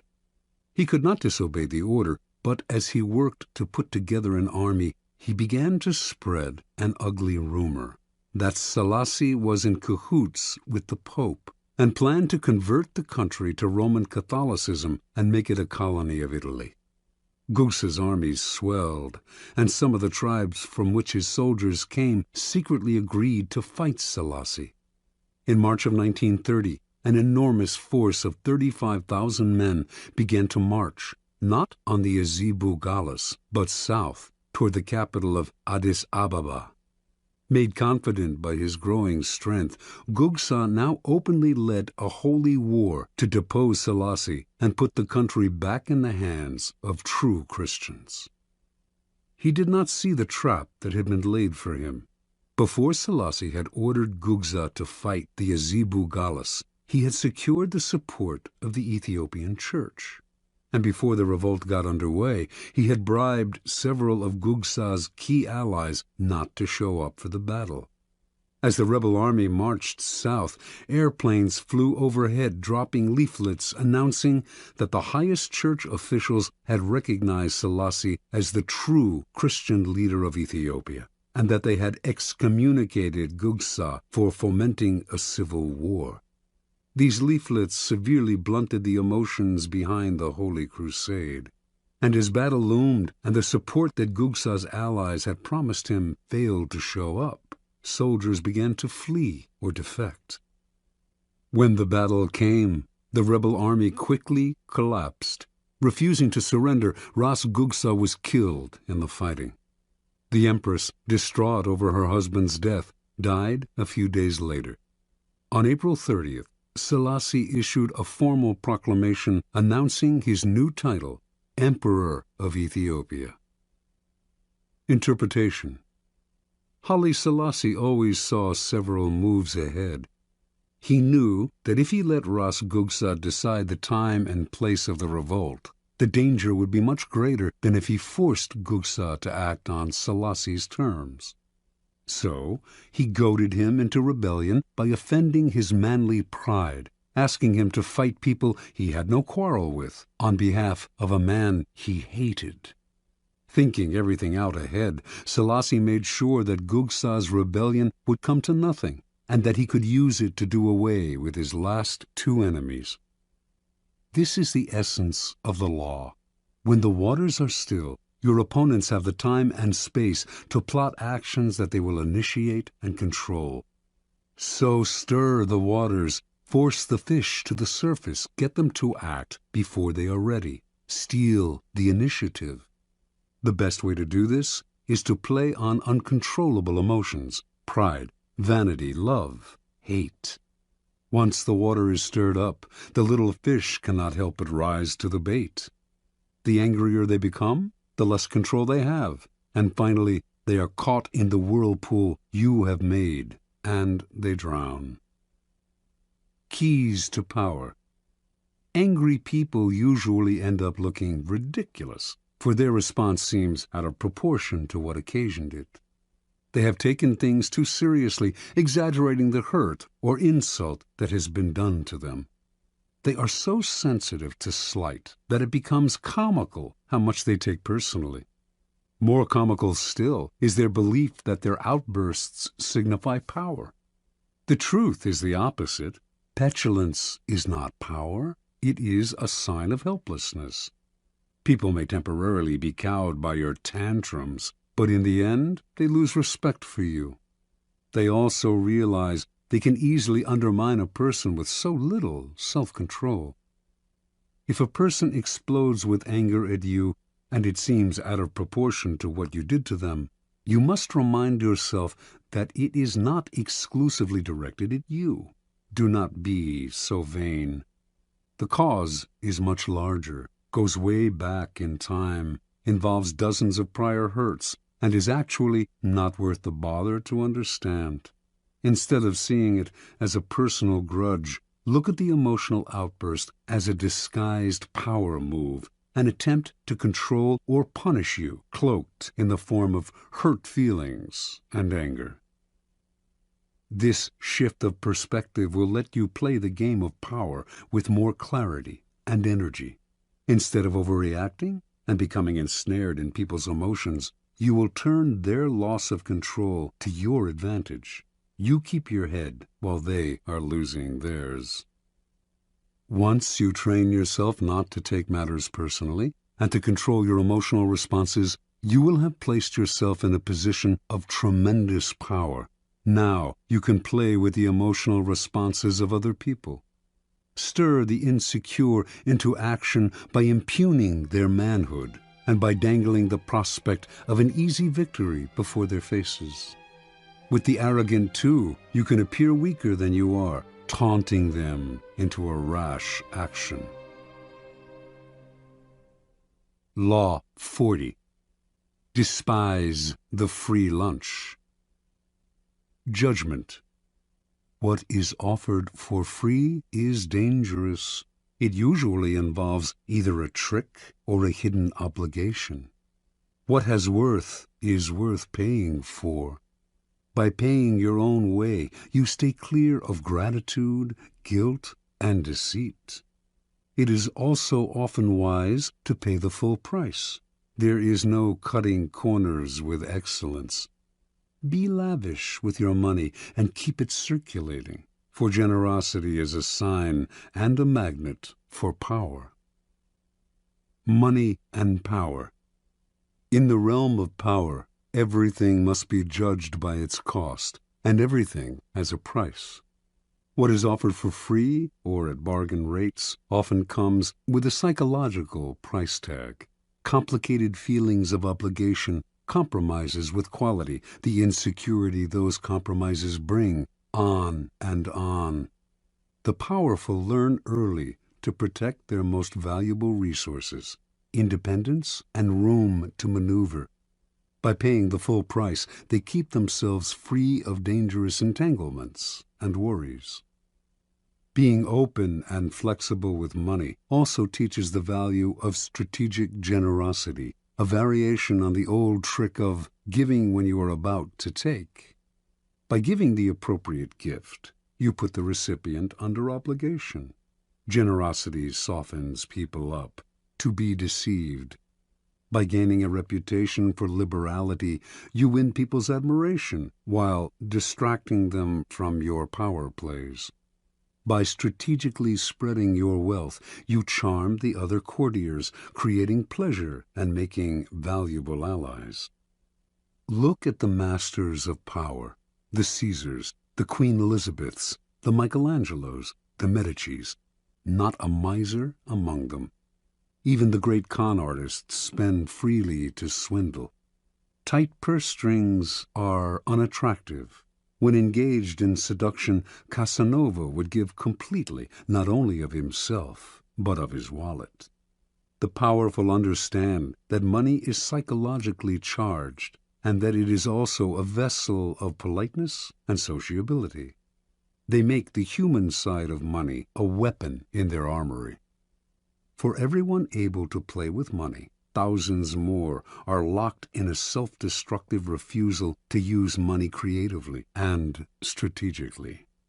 These types represent the opposite pole to the powerful, and you must learn to recognize them, either to avoid their poisonous natures or to turn their inflexibility to your advantage. The greedy fish. The greedy fish take the human side out of money. Cold and ruthless, they see only the lifeless balance sheet, viewing others solely as either pawns or obstructions in their pursuit of wealth. They trample on people's sentiments and alienate valuable allies. No one wants to work with the greedy fish, and over the years they end up isolated, which often proves their undoing. The bargain demon. Powerful people judge everything by what it costs. Not just in money, but in time, dignity, and peace of mind. And this is exactly what bargain demons cannot do. Wasting valuable time digging for bargains, they worry endlessly about what they could have gotten elsewhere for a little less. On top of that, the bargain item they do buy is often shabby. Perhaps it needs costly repairs, or will have to be replaced twice as fast as a high-quality item. The costs of these pursuits, not always in money, though the price of a bargain is often deceptive, but in time and peace of mind, discourage normal people from undertaking them. But for the bargain demon, the bargain is an end in itself. These types might seem to harm only themselves, but their attitudes are contagious. Unless you resist them, they will infect you with the insecure feeling that you should have looked harder to find a cheaper price. Don't argue with them or try to change them. Just mentally add up the cost in time and inner peace, if not in hidden financial expense, of the irrational pursuit of a bargain. The sadist.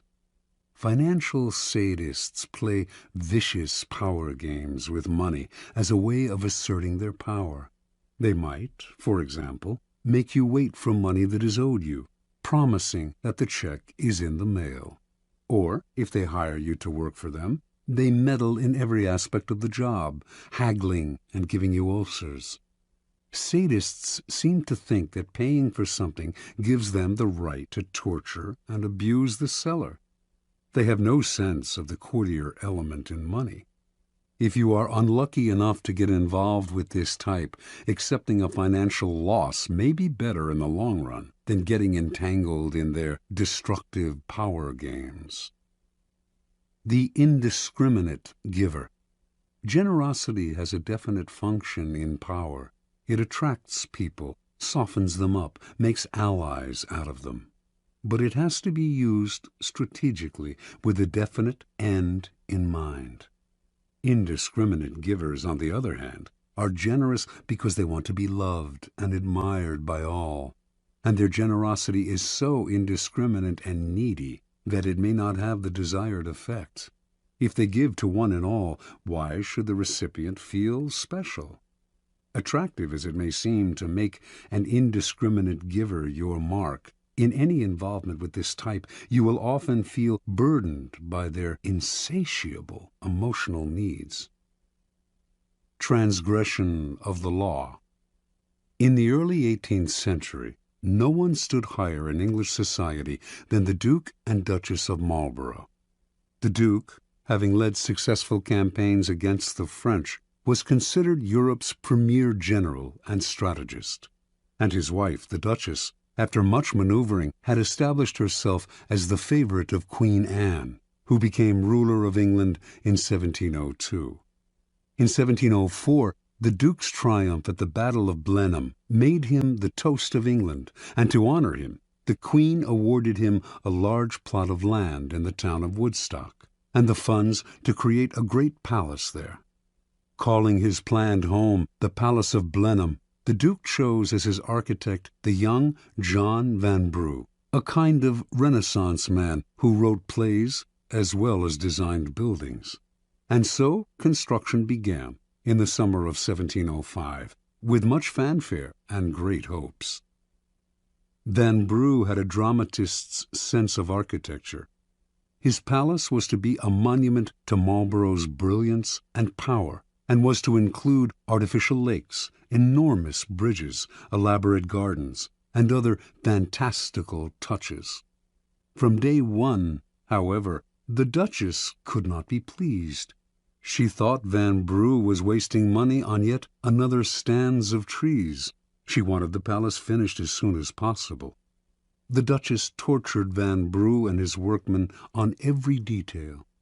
She was consumed with petty matters. Although the government was paying for Blenheim, she counted every penny.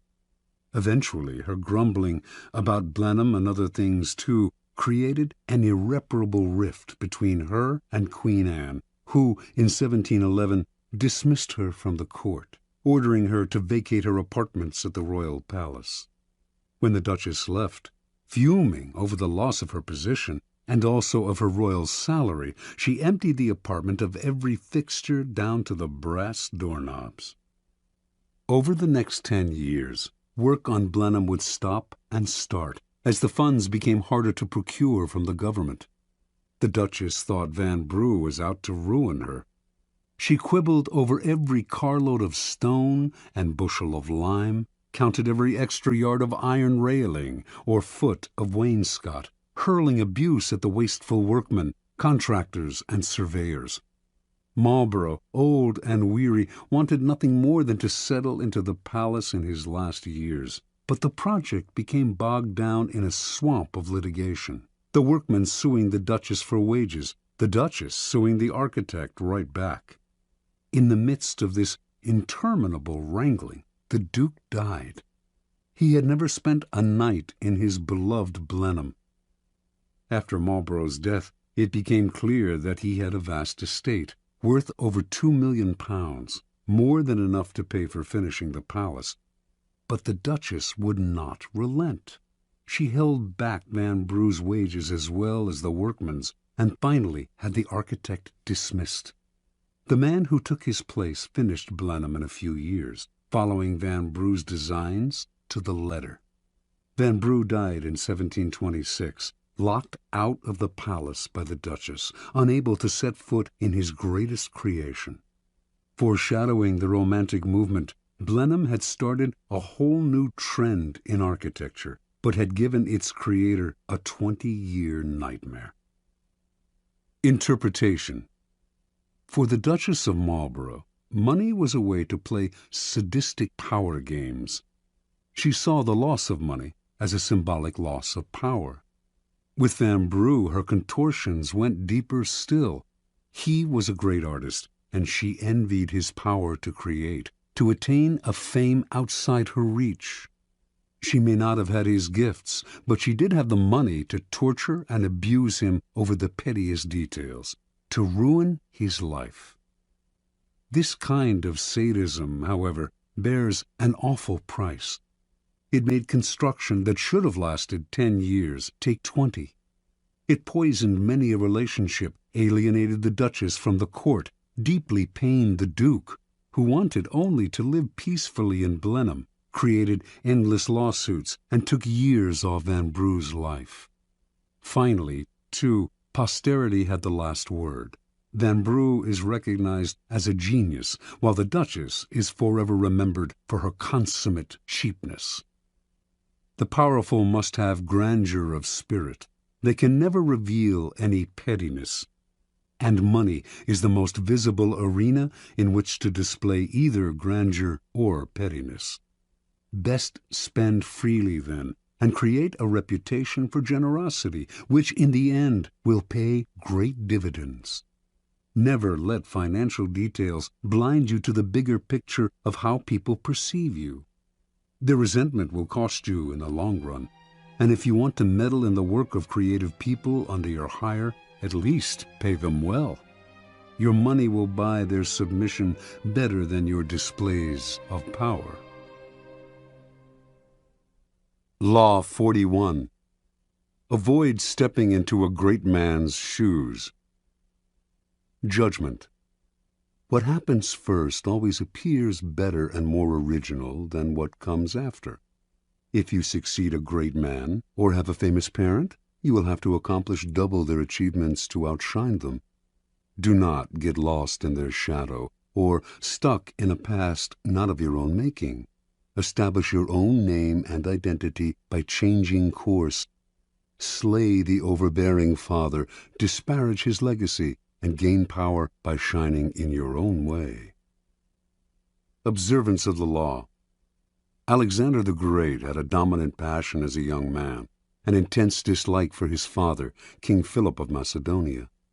He hated Philip's cunning, cautious style of ruling, his bombastic speeches, his drinking and whoring, and his love of wrestling and of other wastes of time.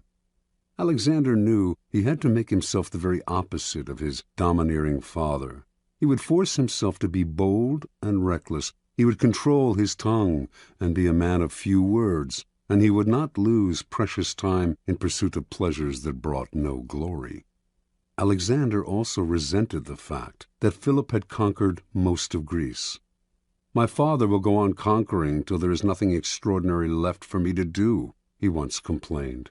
While other sons of powerful men were content to inherit wealth and live a life of leisure, Alexander wanted only to outdo his father, to obliterate Philip's name from history by surpassing his accomplishments.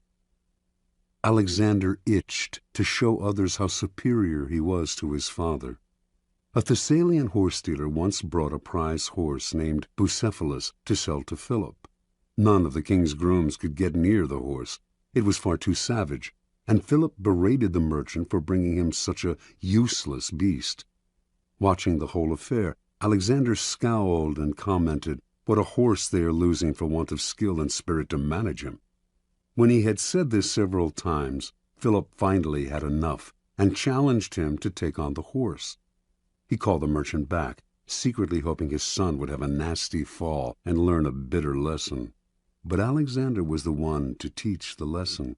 Not only did he mount Bucephalus, he managed to ride him at full gallop, taming the horse that would later carry him all the way to India.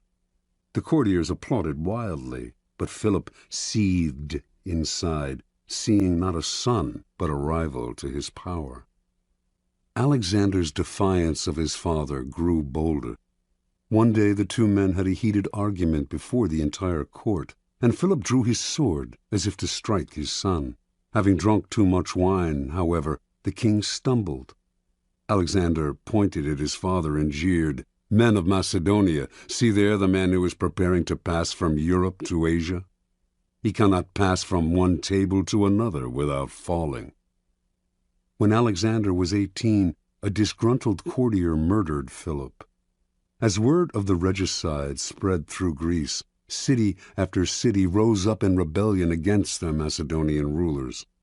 Philip's advisers counseled Alexander, now the king, to proceed cautiously, to do as Philip had done and conquer through cunning. But Alexander would do things his way. He marched to the furthest reaches of the kingdom, suppressed the rebellious towns, and reunited the empire with brutal efficiency. As a young rebel grows older, his struggle against the father often wanes, and he gradually comes to resemble the very man he wanted to defy. But Alexander's loathing of his father did not end with Philip's death.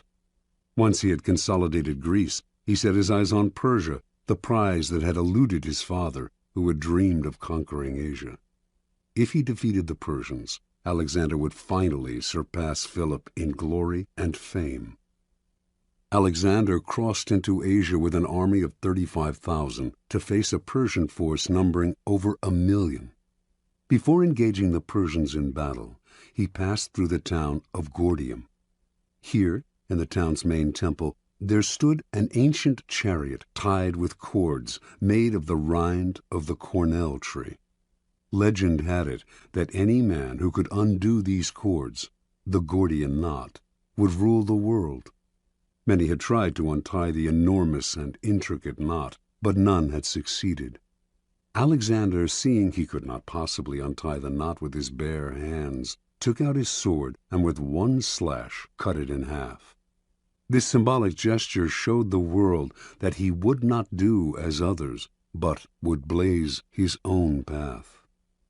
Against astounding odds, Alexander conquered the Persians. Most expected him to stop there. It was a great triumph, enough to secure his fame for eternity. But Alexander had the same relationship to his own deeds as he had to his father. His conquest of Persia represented the past, and he wanted never to rest on past triumphs, or to allow the past to outshine the present. He moved on to India, extending his empire beyond all known limits. Only his disgruntled and weary soldiers prevented him from going further. Interpretation. Alexander represents an extremely uncommon type in history, the son of a famous and successful man who manages to surpass the father in glory and power. The reason this type is uncommon is simple.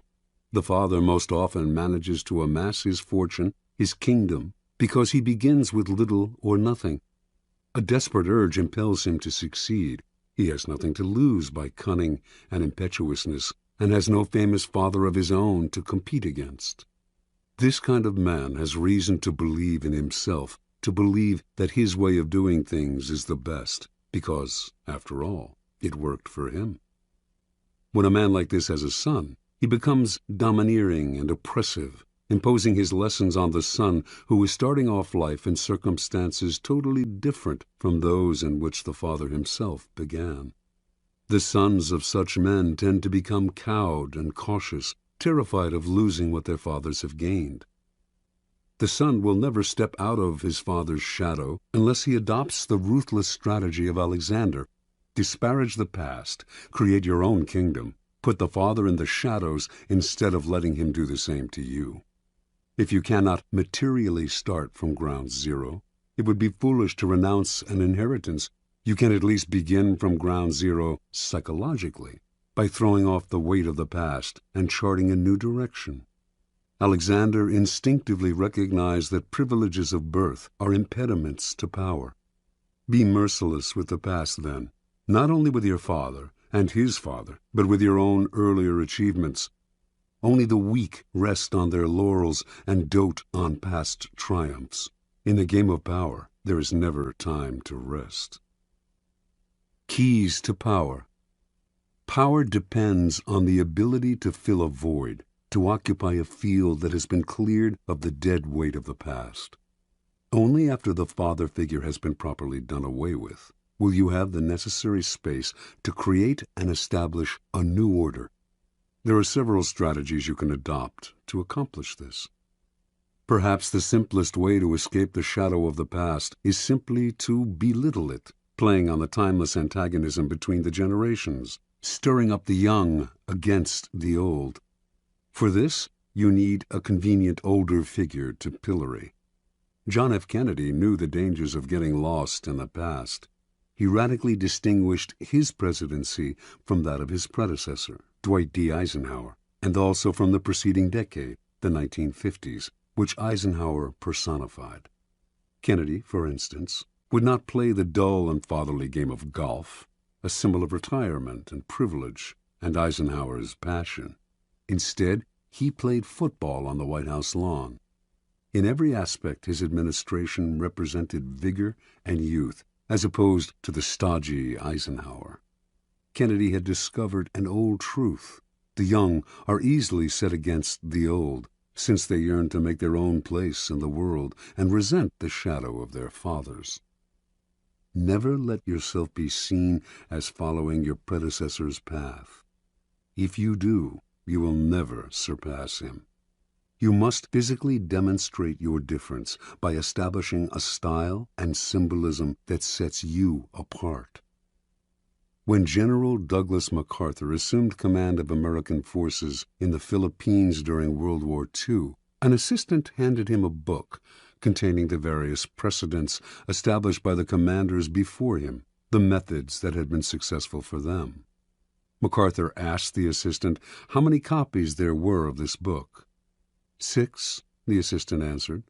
Well, the general replied, you get all those 6 copies together and burn them, every one of them. I'll not be bound by precedents. Any time a problem comes up, I'll make the decision at once, immediately. Adopt this ruthless strategy toward the past, burn all the books, and train yourself to react to circumstances as they happen. You may believe that you have separated yourself from the predecessor or father figure, but as you grow older, you must be eternally vigilant, lest you become the father you had rebelled against. Finally, plenitude and prosperity tend to make us lazy and inactive. When our power is secure, we have no need to act. This is a serious danger, especially for those who achieve success and power at an early age. You must be prepared to return to square one psychologically, rather than growing fat and lazy with prosperity. Pablo Picasso could deal with success, but only by constantly changing the style of his painting, often breaking completely with what had made him successful before. How often our early triumphs turn us into a kind of caricature of ourselves. Powerful people recognize these traps. Like Alexander the Great, they struggle constantly to recreate themselves. The father must not be allowed to return. He must be slain at every step of the way. Law 42. Strike the shepherd and the sheep will scatter. Judgment. Trouble can often be traced to a single strong individual, the stirrer, the arrogant underling, the poisoner of goodwill. If you allow such people room to operate, others will succumb to their influence. Do not wait for the troubles they cause to multiply. Do not try to negotiate with them. They are irredeemable. Neutralize their influence by isolating or banishing them. Strike at the source of the trouble, and the sheep will scatter. Observance of the law. Near the end of the 6th century B.C., the city-state of Athens overthrew the series of petty tyrants who had dominated its politics for decades. It established instead a democracy that was to last over a century. a democracy that became the source of its power and its proudest achievement. But as the democracy evolved, so did a problem the Athenians had never faced: how to deal with those who did not concern themselves with the cohesion of a small city surrounded by enemies, who did not work for its greater glory, but thought of only themselves and their own ambitions and petty intrigues. The Athenians understood that these people, if left alone, would sow dissension, divide the city into factions, and stir up anxieties, all of which could lead to the ruin of their democracy. Violent punishment no longer suited the new, civilized order that Athens had created. Instead, the citizens found another, more satisfying and less brutal way to deal with the chronically selfish. Every year they would gather in the marketplace and write on a piece of earthenware, an ostrakon, the name of an individual they wanted to see banished from the city for 10 years. If a particular name appeared on 6,000 ballots, that person would instantly be exiled. If no one received 6,000 votes, the person with the most ostraka recording his name would suffer the 10-year ostracism. This ritual expulsion became a kind of festival. What a joy to be able to banish those irritating, anxiety-inducing individuals who wanted to rise above the group they should have served. In 490 BC, Aristides, one of the great generals of Athenian history, helped defeat the Persians at the Battle of Marathon. Meanwhile, off the battlefield, his fairness as a judge had earned him the nickname the Just. But as the years went by, the Athenians came to dislike him. He made such a show of his righteousness, and this, they believed, disguised his feelings of superiority and scorn for the common folk.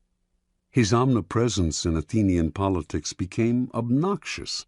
The citizens grew tired of hearing him called the Just. They feared that this was just the type of man, judgmental, haughty, who would eventually stir up fierce divisions among them. In 482 BC, despite Aristides' invaluable expertise in the continuing war with the Persians, they collected the ostraka and had him banished.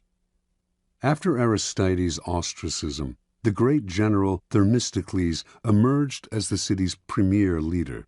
But his many honors and victories went to his head, and he too became arrogant and overbearing, constantly reminding the Athenians of his triumphs in battle, the temples he had built, the dangers he had fended off.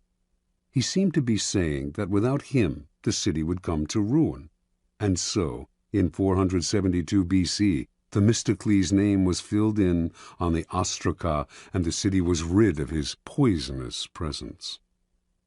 The greatest political figure in 5th century Athens was undoubtedly Pericles. Although several times threatened with ostracism, he avoided that fate by maintaining close ties with the people. Perhaps he had learned a lesson as a child from his favorite tutor, the incomparable Damon, who excelled above all other Athenians in his intelligence, his musical skills, and his rhetorical abilities. It was Damon who had trained Pericles in the arts of ruling. But he too suffered ostracism, for his superior airs and his insulting manner toward the commoners stirred up too much resentment. Toward the end of the century there lived a man named Hyperbolus. Most writers of the time describe him as the city's most worthless citizen. He did not care what anyone thought of him, and slandered whomever he disliked. He amused some, but irritated more. In 417 BC, Hyperbolus saw an opportunity to stir up anger against the two leading politicians of the time, Alcibiades and Nicias. He hoped that one of the two would be ostracized and that he would rise in that man's place. His campaign seemed likely to succeed. The Athenians disliked Alcibiades' flamboyant and carefree lifestyle, and were wary of Nicias's wealth and aloofness.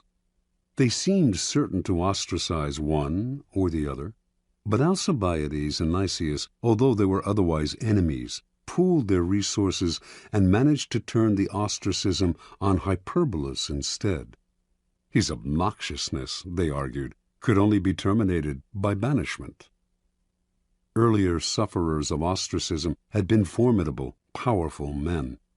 Hyperbolus, however, was a low buffoon, and with his banishment the Athenians felt that ostracism had been degraded, and so they ended the practice that for nearly 100 years had been one of the keys to keeping the peace within Athens.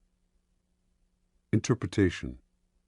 The Athenians sensed the dangers posed by asocial behavior, and saw how such behavior often disguises itself in other forms. The holier-than-thou attitude that silently seeks to impose its standards on others, overweening ambition at the expense of the common good, the flaunting of superiority, quiet scheming, terminal obnoxiousness. Some of these behaviors would eat away at the city's cohesion by creating factions and sowing dissension. Others would ruin the democratic spirit by making the common citizen feel inferior and envious. The Athenians did not try to re-educate people who acted in these ways, or to absorb them somehow into the group, or to impose a violent punishment that would only create other problems. The solution was quick and effective. Get rid of them. Within any group, trouble can most often be traced to a single source, the unhappy, chronically dissatisfied one who will always stir up dissension and infect the group with his or her ill ease. Before you know what hit you, the dissatisfaction spreads. Act before it becomes impossible to disentangle one strand of misery from another, or to see how the whole thing started. First, recognize troublemakers by their overbearing presence or by their complaining nature. Once you spot them, do not try to reform them or appease them. That will only make things worse. Do not attack them, whether directly or indirectly, for they are poisonous in nature and will work underground to destroy you. Do as the Athenians did. Banish them before it is too late. Separate them from the group before they become the eye of a whirlpool. Do not give them time to stir up anxieties and sow discontent. Do not give them room to move. Let one person suffer so that the rest can live in peace. Keys to power. In the past, an entire nation would be ruled by a king and his handful of ministers. Only the elite had any power to play with.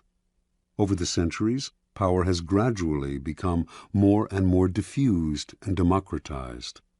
This has created, however, a common misperception that groups no longer have centers of power, that power is spread out and scattered among many people. Actually, however, power has changed in its numbers, but not in its essence. There may be fewer mighty tyrants commanding the power of life and death over millions, but there remain thousands of petty tyrants ruling smaller realms and enforcing their will through indirect power games, charisma, and so on. In every group, power is concentrated in the hands of one or two people, for this is one area in which human nature will never change. People will congregate around a single, strong personality like stars orbiting a sun. To labor under the illusion that this kind of power center no longer exists is to make endless mistakes, waste energy and time, and never hit the target. Powerful people never waste time. Outwardly, they may play along with the game, pretending that power is shared among many, but inwardly, they keep their eyes on the inevitable few in the group who hold the cards. These are the ones they work on. When troubles arise, they look for the underlying cause, the single, strong character who started the stirring, and whose isolation or banishment will settle the waters again. In his family therapy practice, Dr. Milton H. Erickson found that if the family dynamic was unsettled and dysfunctional, there was inevitably one person who was the stirrer, the troublemaker. In his sessions, he would symbolically isolate this rotten apple by seating him or her apart from the others, if only by a few feet. Slowly, the other family members would see the physically separate person as the source of their difficulty. Once you recognize who the stirrer is, pointing it out to other people will accomplish a great deal. Understanding who controls the group dynamic is a critical realization. Remember, stirrers thrive by hiding in the group, disguising their actions among the reactions of others. render their actions visible, and they lose their power to upset. Finally, the reason you strike at the shepherd is because such an action will dishearten the sheep beyond any rational measure. When Hernando Cortez and Francisco Pizarro led their tiny forces against the Aztec and Incan empires, they did not make the mistake of fighting on several fronts, nor were they intimidated by the numbers arrayed against them. They captured the kings Moctezuma and Atahualpa. Vast empires fell into their hands. With the leader gone, the center of gravity is gone. There is nothing to revolve around, and everything falls apart. Aim at the leaders, bring them down, and look for the endless opportunities in the confusion that will ensue.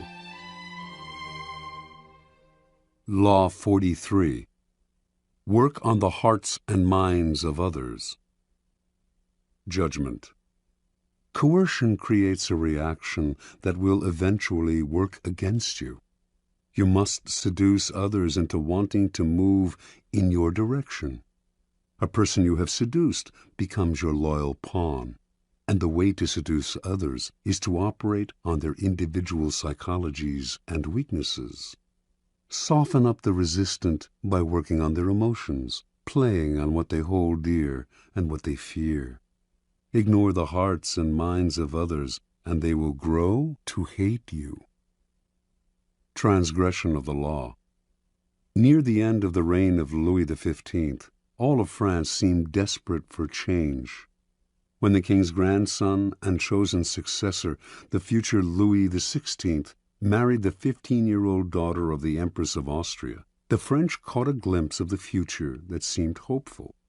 The young bride, Marie Antoinette, was beautiful and full of life. She instantly changed the mood of the court, which was rank with Louis XV's debaucheries. Even the common people who had yet to see her talked excitedly of Marie Antoinette.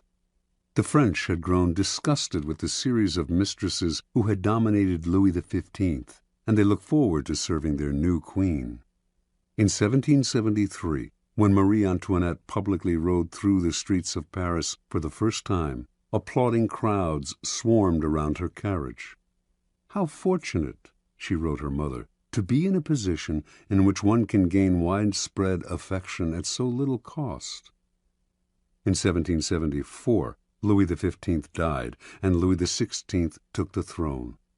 As soon as Marie became queen, she abandoned herself to the pleasures she loved the most, ordering and wearing the most expensive gowns and jewelry in the realm, sporting the most elaborate hair in history, her sculpted coiffures rising as much as 3 feet above her head, and throwing a constant succession of masked balls and fêtes.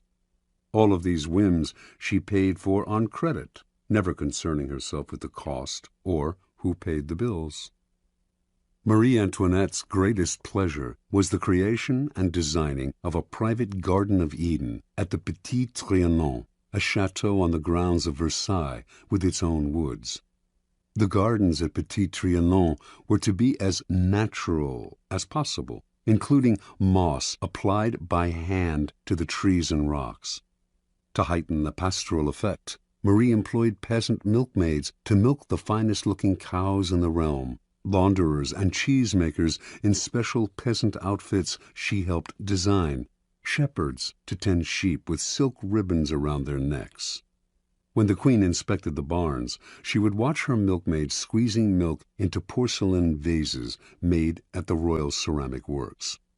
To pass the time, Marie would gather flowers in the woods around the Petit Trianon, or watch her good peasants doing their chores. The place became a separate world, its community limited to Marie's chosen favorites. With each new whim of Marie's, the cost of maintaining the Petit Trianon soared. Meanwhile, France itself was deteriorating. There was famine and widespread discontent. Even socially insulated courtiers seethed with resentment. The queen treated them like children.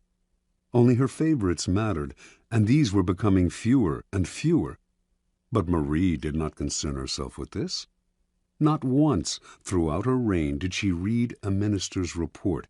Not once did she tour the provinces and rally the people to her side. Not once did she mingle among the Parisians or receive a delegation from them. She did none of these things because, as queen, she felt the people owed her their affection, and she was not required to love them in return. In 1784, the queen became embroiled in a scandal. As part of an elaborate swindle, the most expensive diamond necklace in Europe had been purchased under her name, and during the swindler's trial, her lavish lifestyle became public. People heard about the money she spent on jewels and dresses and masked dances. They gave her the nickname Madame Deficit, and from then on she became the focus of the people's growing resentment. When she appeared in her box at the opera, the audience greeted her with hisses. Even the court turned against her, for while she had been running up her huge expenditures, the country was headed for ruin. 5 years later, in 1789, an unprecedented event took place, the beginning of the French Revolution. The queen did not worry. Let the people have their little rebellion, she seemed to think. It would soon quiet down, and she would be able to resume her life of pleasure. That year, the people marched on Versailles, forcing the royal family to quit the palace and take residence in Paris. This was a triumph for the rebels, but it offered the queen an opportunity to heal the wounds she had opened and establish contact with the people. The queen, however, had not learned her lesson. Not once would she leave the palace during her stay in Paris. Her subjects could rot in hell for all she cared. In 1792, the royal couple was moved from the palace to a prison as the revolution officially declared the end of the monarchy. The following year, Louis XVI was tried, found guilty, and guillotined. As Marie Antoinette awaited the same fate, hardly a soul came to her defense. Not one of her former friends in the court, not one of Europe's other monarchs, who, as members of their own country's royal families, had all the reason in the world to show that revolution did not pay. Not even her own family in Austria, including her brother, who now sat on the throne. She had become the world's pariah. In October of 1793, she finally knelt at the guillotine, unrepentant and defiant to the bitter end. Interpretation. From early on, Marie Antoinette acquired the most dangerous of attitudes. As a young princess in Austria, she was endlessly flattered and cajoled. As the future queen of the French court, she was the center of everyone's attention. She never learned to charm or please other people, to become attuned to their individual psychologies. She never had to work to get her way, to use calculation or cunning or the arts of persuasion. And like everyone who was indulged from an early age, she evolved into a monster of insensitivity.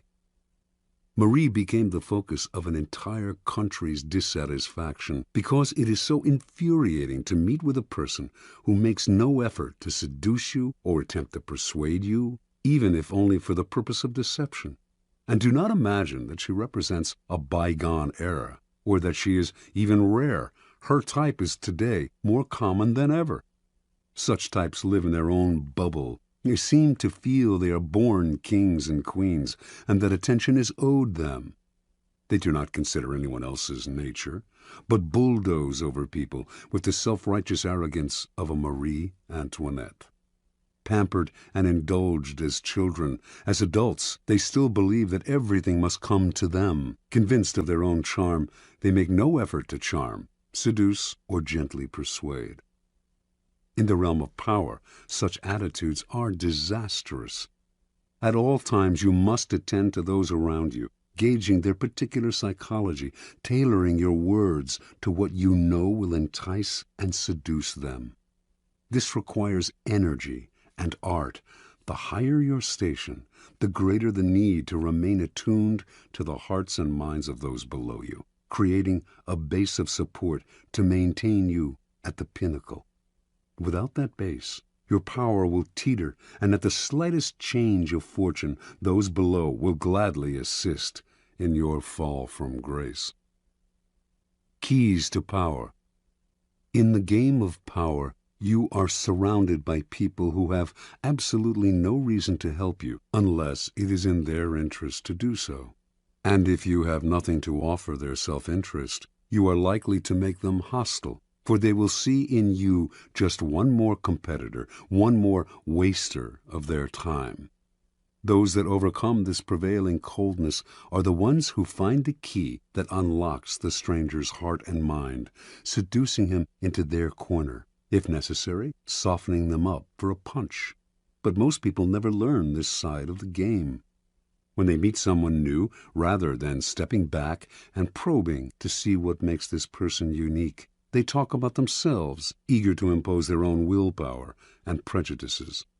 They argue, boast, and make a show of their power. They may not know it, but they are secretly creating an enemy, a resistor, because there is no more infuriating feeling than having your individuality ignored, your own psychology unacknowledged. It makes you feel lifeless and resentful. Remember, the key to persuasion is softening people up and breaking them down, gently. Seduce them with a two-pronged approach. Work on their emotions and play on their intellectual weaknesses. Be alert to both what separates them from everyone else, their individual psychology, and what they share with everyone else, their basic emotional responses. Aim at the primary emotions: love, hate, jealousy. Once you move their emotions, you have reduced their control, making them more vulnerable to persuasion. Mao Zedong always appealed to popular emotions and spoke in the simplest terms. Educated and well-read himself, in his speeches he used visceral metaphors, voicing the public's deepest anxieties and encouraging them to vent their frustrations in public meetings. Rather than arguing the practical aspects of a particular program, he would describe how it would affect them on the most primitive, down-to-earth level. Do not believe that this approach works only with the illiterate and unschooled. It works on one and all. All of us are mortal and face the same dreadful fate, and all of us share the desire for attachment and belonging. Stir up these emotions, and you captivate our hearts.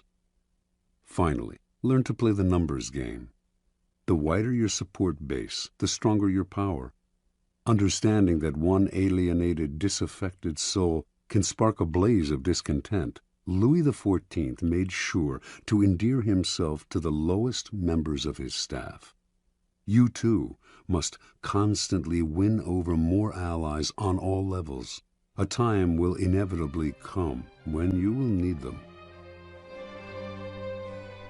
Law 44. Disarm and infuriate with the mirror effect. Judgment. The mirror reflects reality, but it is also the perfect tool for deception. When you mirror your enemies, doing exactly as they do, they cannot figure out your strategy. The mirror effect mocks and humiliates them, making them overreact. By holding up a mirror to their psyches, you seduce them with the illusion that you share their values. By holding up a mirror to their actions, you teach them a lesson. Few can resist the power of the mirror effect. Mirror effects. Preliminary topology. Mirrors have the power to disturb us. Gazing at our own reflection in the mirror, we most often see what we want to see, the image of ourselves with which we are most comfortable. We tend not to look too closely, ignoring the wrinkles and blemishes. But if we do look hard at the reflected image, we sometimes feel that we are seeing ourselves as others see us, as a person among other people, an object rather than a subject. That feeling makes us shudder. We see ourselves, but from the outside, minus the thoughts, spirit, and soul that fill our consciousness. We are a thing.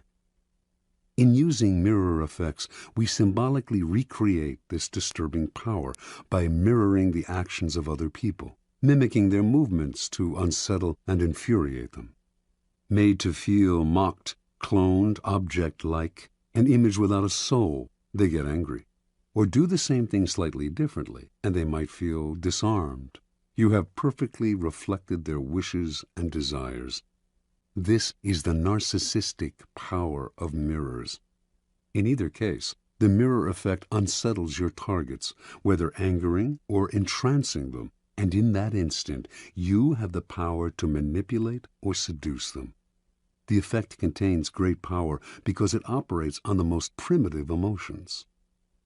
There are 4 main mirror effects in the realm of power. The neutralizing effect. This is the essence of the neutralizing effect.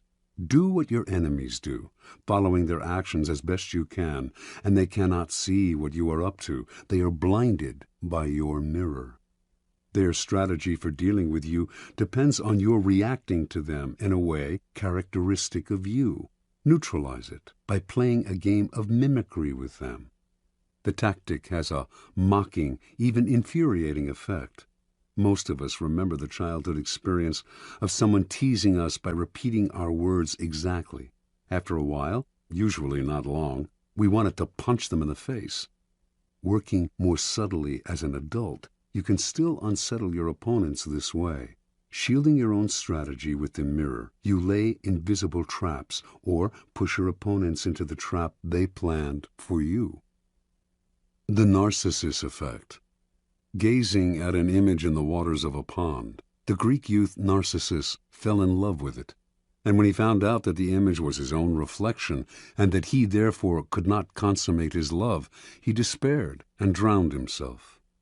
All of us have a similar problem. We are profoundly in love with ourselves, but since this love excludes a love object outside ourselves, it remains continuously unsatisfied and unfulfilled. The narcissus effect plays on this universal narcissism. You look deep into the souls of other people, fathom their inmost desires, their values, their tastes, their spirit, and you reflect it back to them, making yourself into a kind of mirror image. Your ability to reflect their psyche gives you great power over them.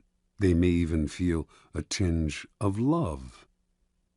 This is simply the ability to mimic another person, not physically, but psychologically, and it is immensely powerful because it plays upon the unsatisfied self-love of a child. Normally, people bombard us with their experiences, their tastes.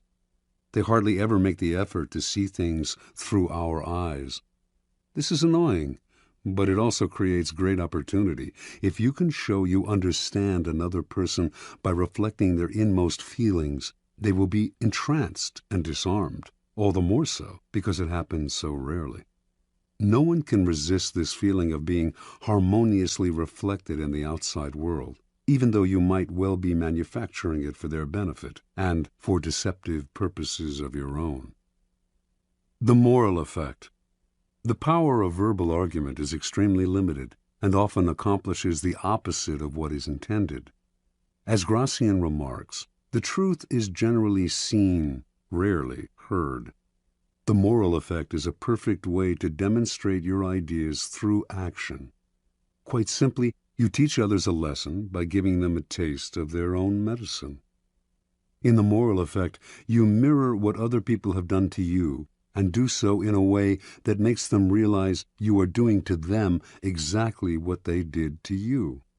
You make them feel that their behavior has been unpleasant, as opposed to hearing you complain and whine about it, which only gets their defenses up. And as they feel the result of their actions mirrored back at them, they realize in the profoundest sense how they hurt or punish others with their unsocial behavior. You objectify the qualities you want them to feel ashamed of and create a mirror in which they can gaze at their follies and learn a lesson about themselves. This technique is often used by educators, psychologists, and anyone who has to deal with unpleasant and unconscious behavior. This is the teacher's mirror. Whether or not there is actually anything wrong with the way people have treated you, however, it can often be to your advantage to reflect it back to them in a way that makes them feel guilty about it. Hallucinatory effect. Mirrors are tremendously deceptive for they create a sense that you are looking at the real world. Actually, though, you are only staring at a piece of glass, which, as everyone knows, cannot show the world exactly as it is. Everything in a mirror is reversed. When Alice goes through the looking glass in Lewis Carroll's book, she enters a world that is back to front, and more than just visually. The hallucinatory effect comes from creating a perfect copy of an object, a place, a person. This copy acts as a kind of dummy. People take it for the real thing because it has the physical appearance of the real thing. This is the preeminent technique of con artists, who strategically mimic the real world to deceive you. It also has applications in any arena that requires camouflage. This is the deceiver's mirror.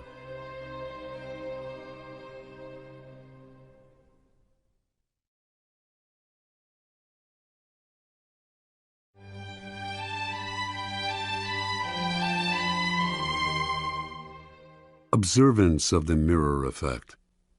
Early on in his career, the ambitious statesman and general Alcibiades of Athens, 450 to 404 BC, fashioned a formidable weapon that became the source of his power.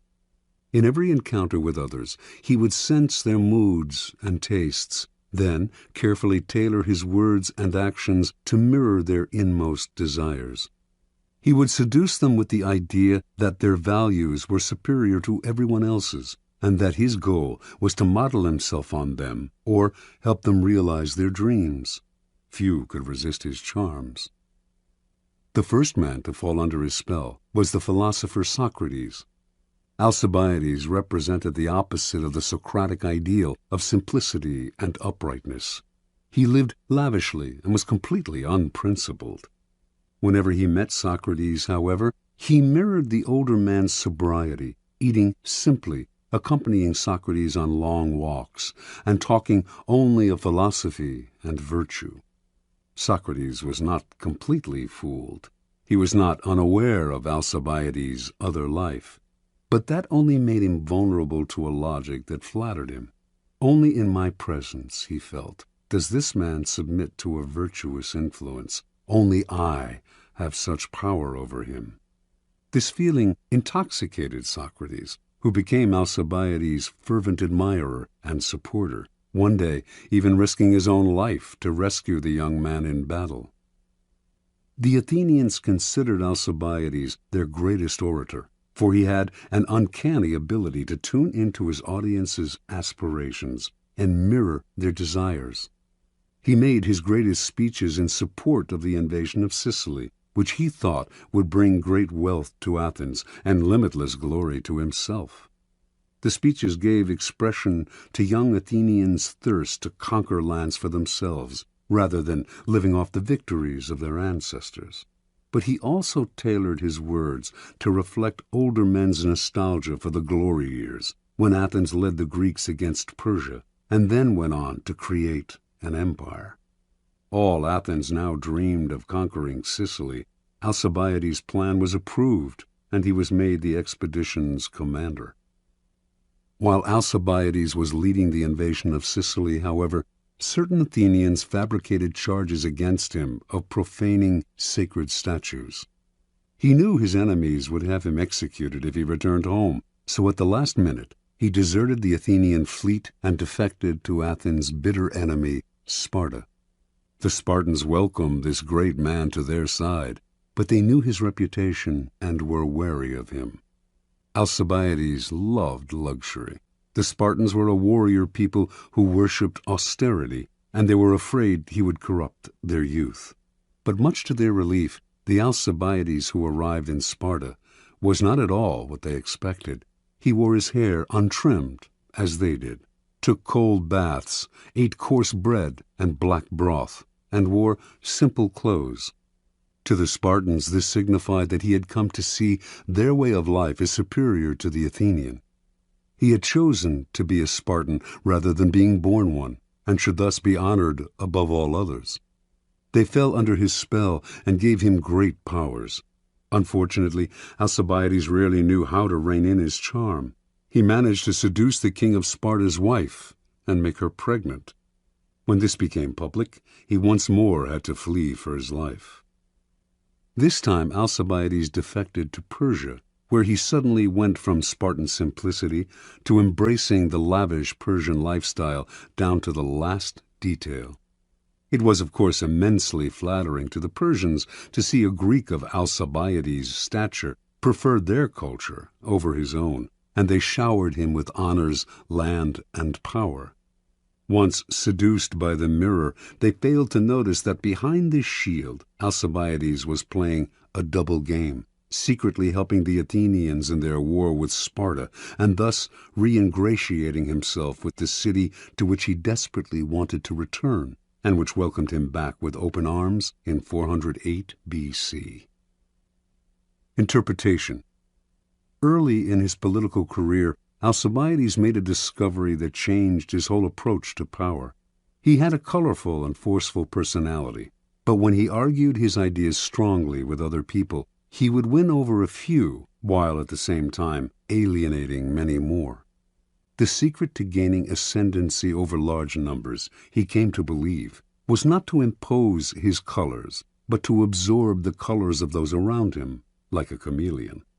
Once people fell for the trick, the deceptions he went on to practice would be invisible to them.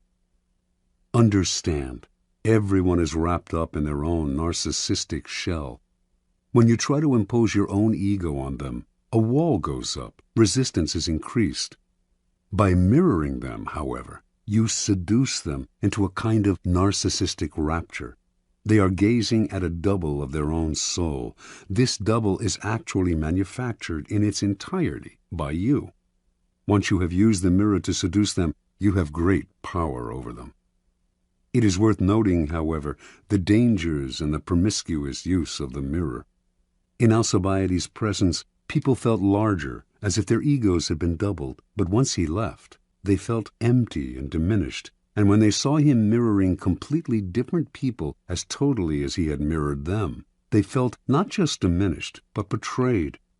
Alcibiades' overuse of the mirror effect made whole peoples feel used, so that he constantly had to flee from one place to another. Indeed, Alcibiades so angered the Spartans that they finally had him murdered. He had gone too far. The seducer's mirror must be used with caution and discrimination. Law 45. Preach the need for change, but never reform too much at once.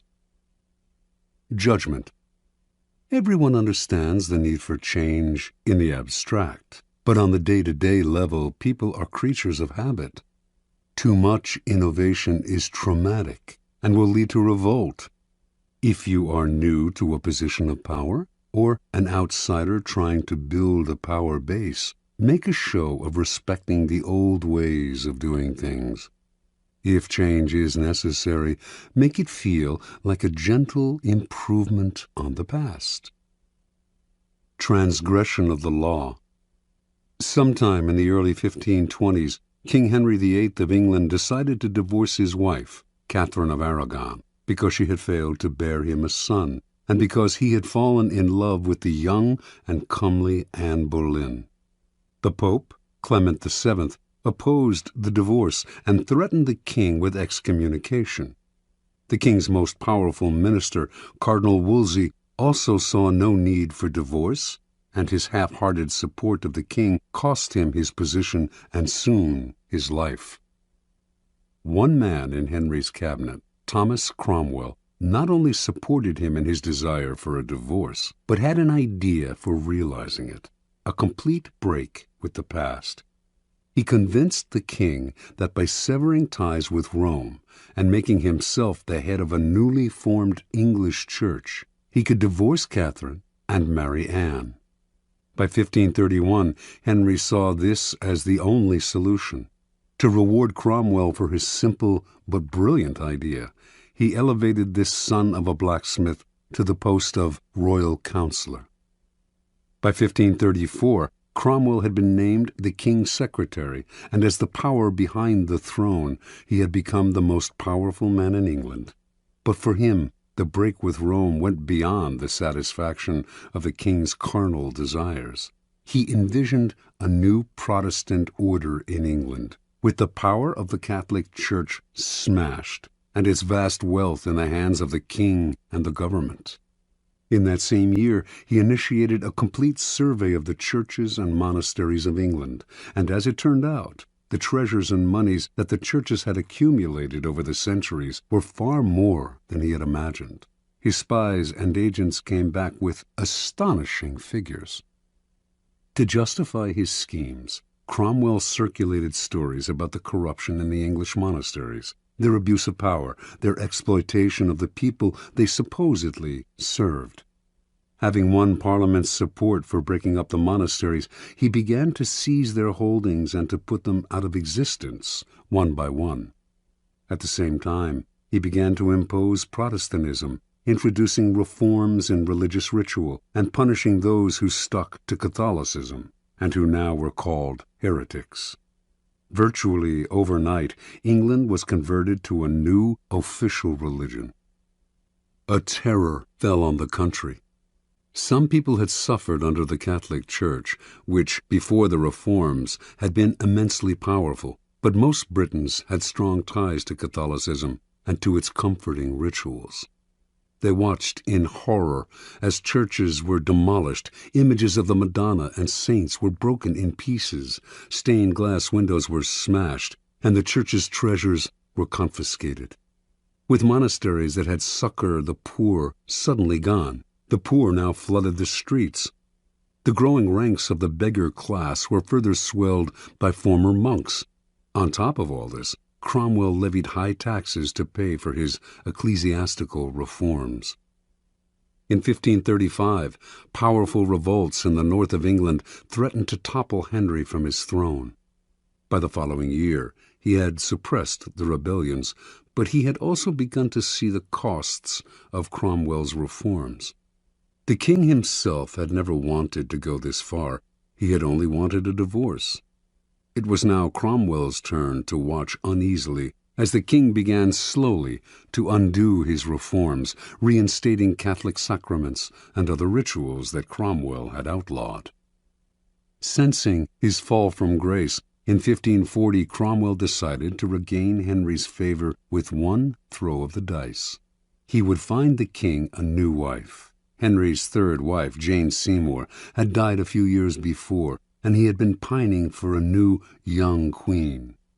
It was Cromwell who found him one, Anne of Cleves, a German princess and, most important to Cromwell, a Protestant. On Cromwell's commission, the painter Holbein produced a flattering portrait of Anne. When Henry saw it, he fell in love and agreed to marry her. Cromwell seemed back in favor. Unfortunately, however, Holbein's painting was highly idealized, and when the king finally met the princess, she did not please him in the least. His anger against Cromwell, first for the ill-conceived reforms, now for saddling him with an unattractive and Protestant wife, could no longer be contained. In June of that year, Cromwell was arrested, charged as a Protestant extremist and a heretic, and sent to the Tower. 6 weeks later, before a large and enthusiastic crowd, the public executioner cut off his head. Interpretation. Thomas Cromwell had a simple idea. He would break up the power and wealth of the Church and lay the foundation for Protestantism in England. And he would do this in a mercilessly short time. He knew his speedy reforms would cause pain and resentment, but he thought these feelings would fade in a few years. More important, by identifying himself with change, he would become the leader of the new order, making the king dependent on him. But there was a problem in this strategy. Like a billiard ball hit too hard against the cushion, his reforms had reactions and caroms he did not envision and could not control. The man who initiates strong reforms often becomes the scapegoat for any kind of dissatisfaction, and eventually the reaction to his reforms may consume him, for change is upsetting to the human animal, even when it is for the good. Because the world is, and always has been, full of insecurity and threat, We latch on to familiar faces and create habits and rituals to make the world more comfortable.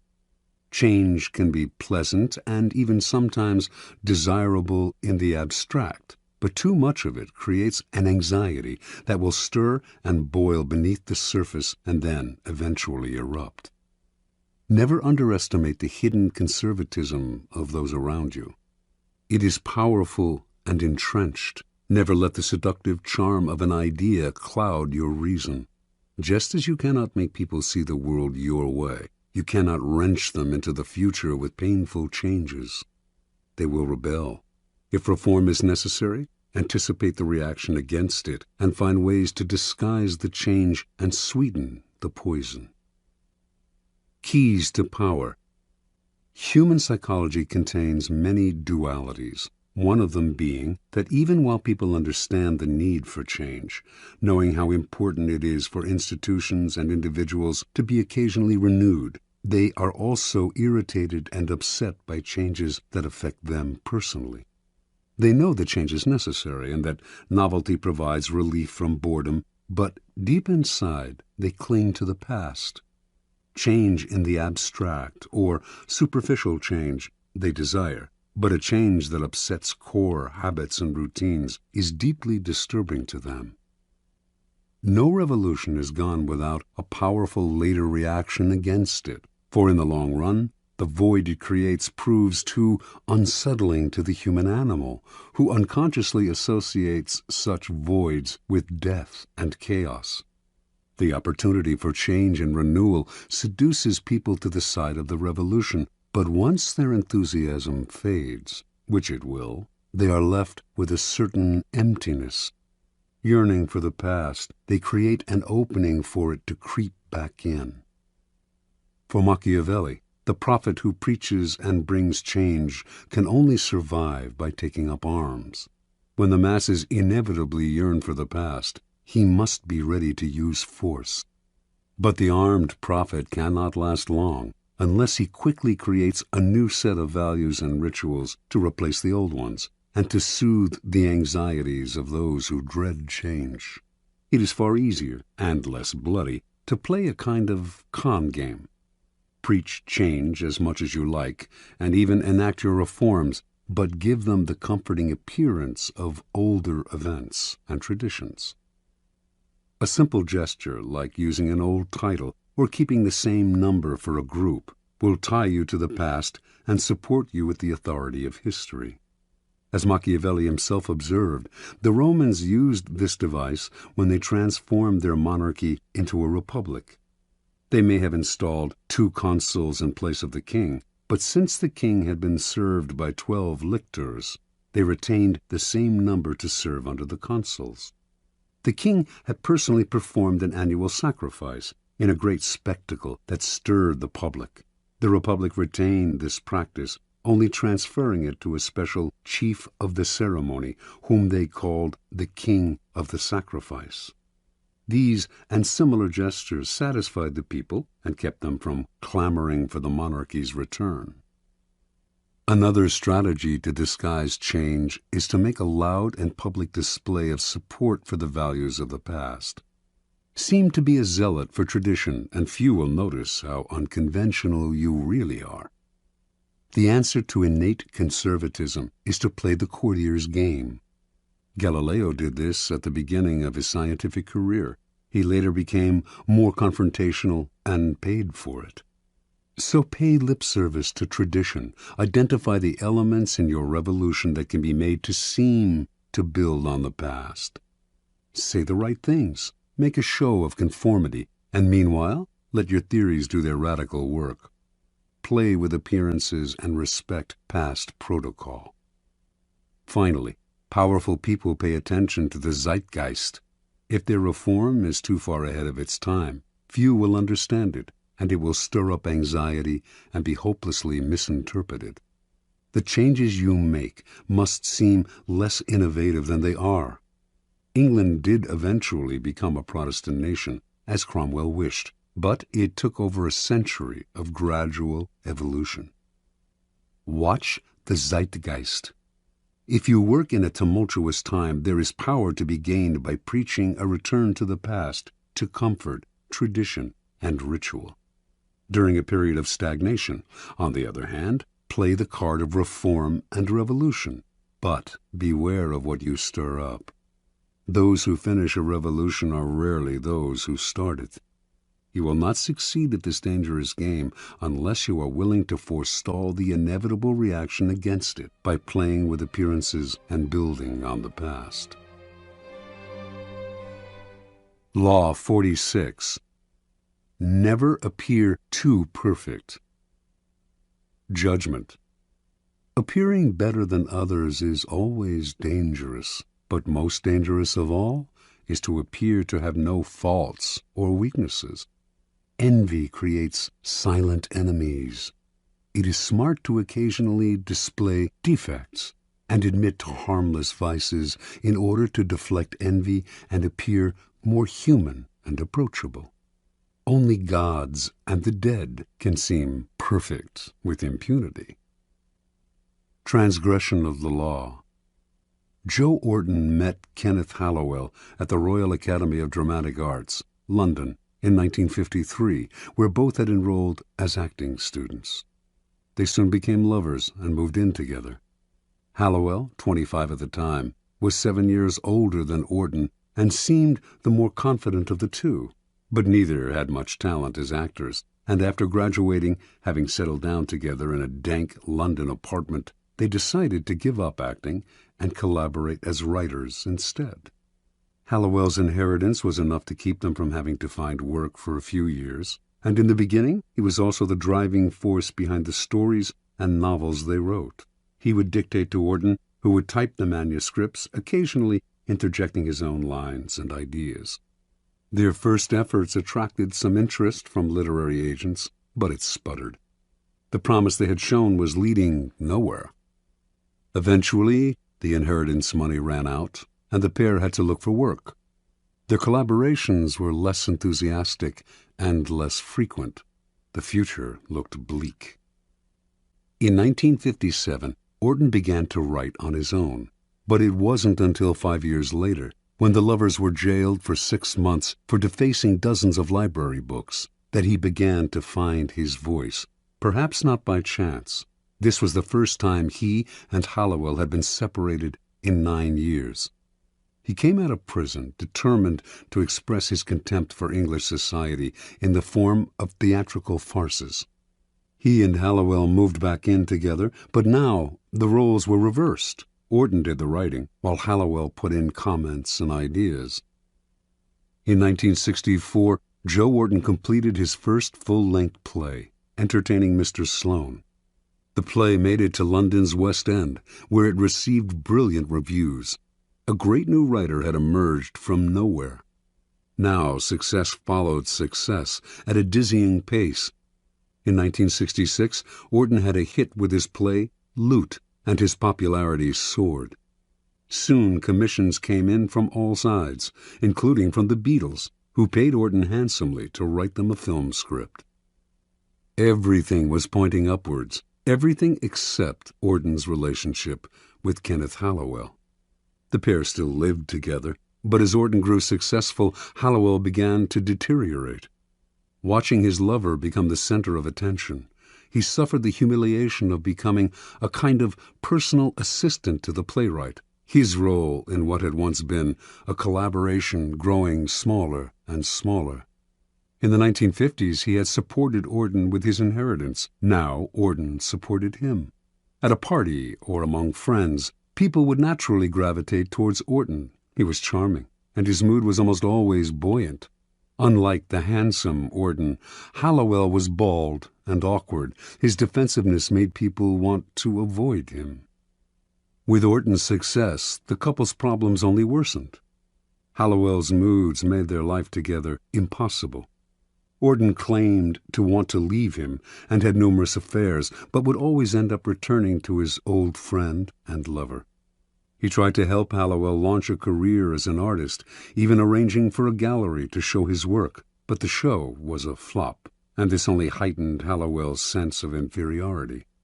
In May of 1967, The pair went on a brief holiday together in Tangiers, Morocco. During the trip, Auden wrote in his diary, "We sat talking of how happy we felt, and how it couldn't surely last. We'd have to pay for it, or we'd be struck down from afar by disaster because we were, perhaps, too happy. To be young, good-looking, healthy, famous, comparatively rich and happy is surely going against nature." Hallowell outwardly seemed as happy as Auden. Inwardly, though, he was seething, and 2 months later, in the early morning of August 10th, 1967, just days after helping Auden put the finishing touches to the wicked farce What the Butlers Saw, undoubtedly his masterpiece, Kenneth Hallowell bludgeoned Joe Auden to death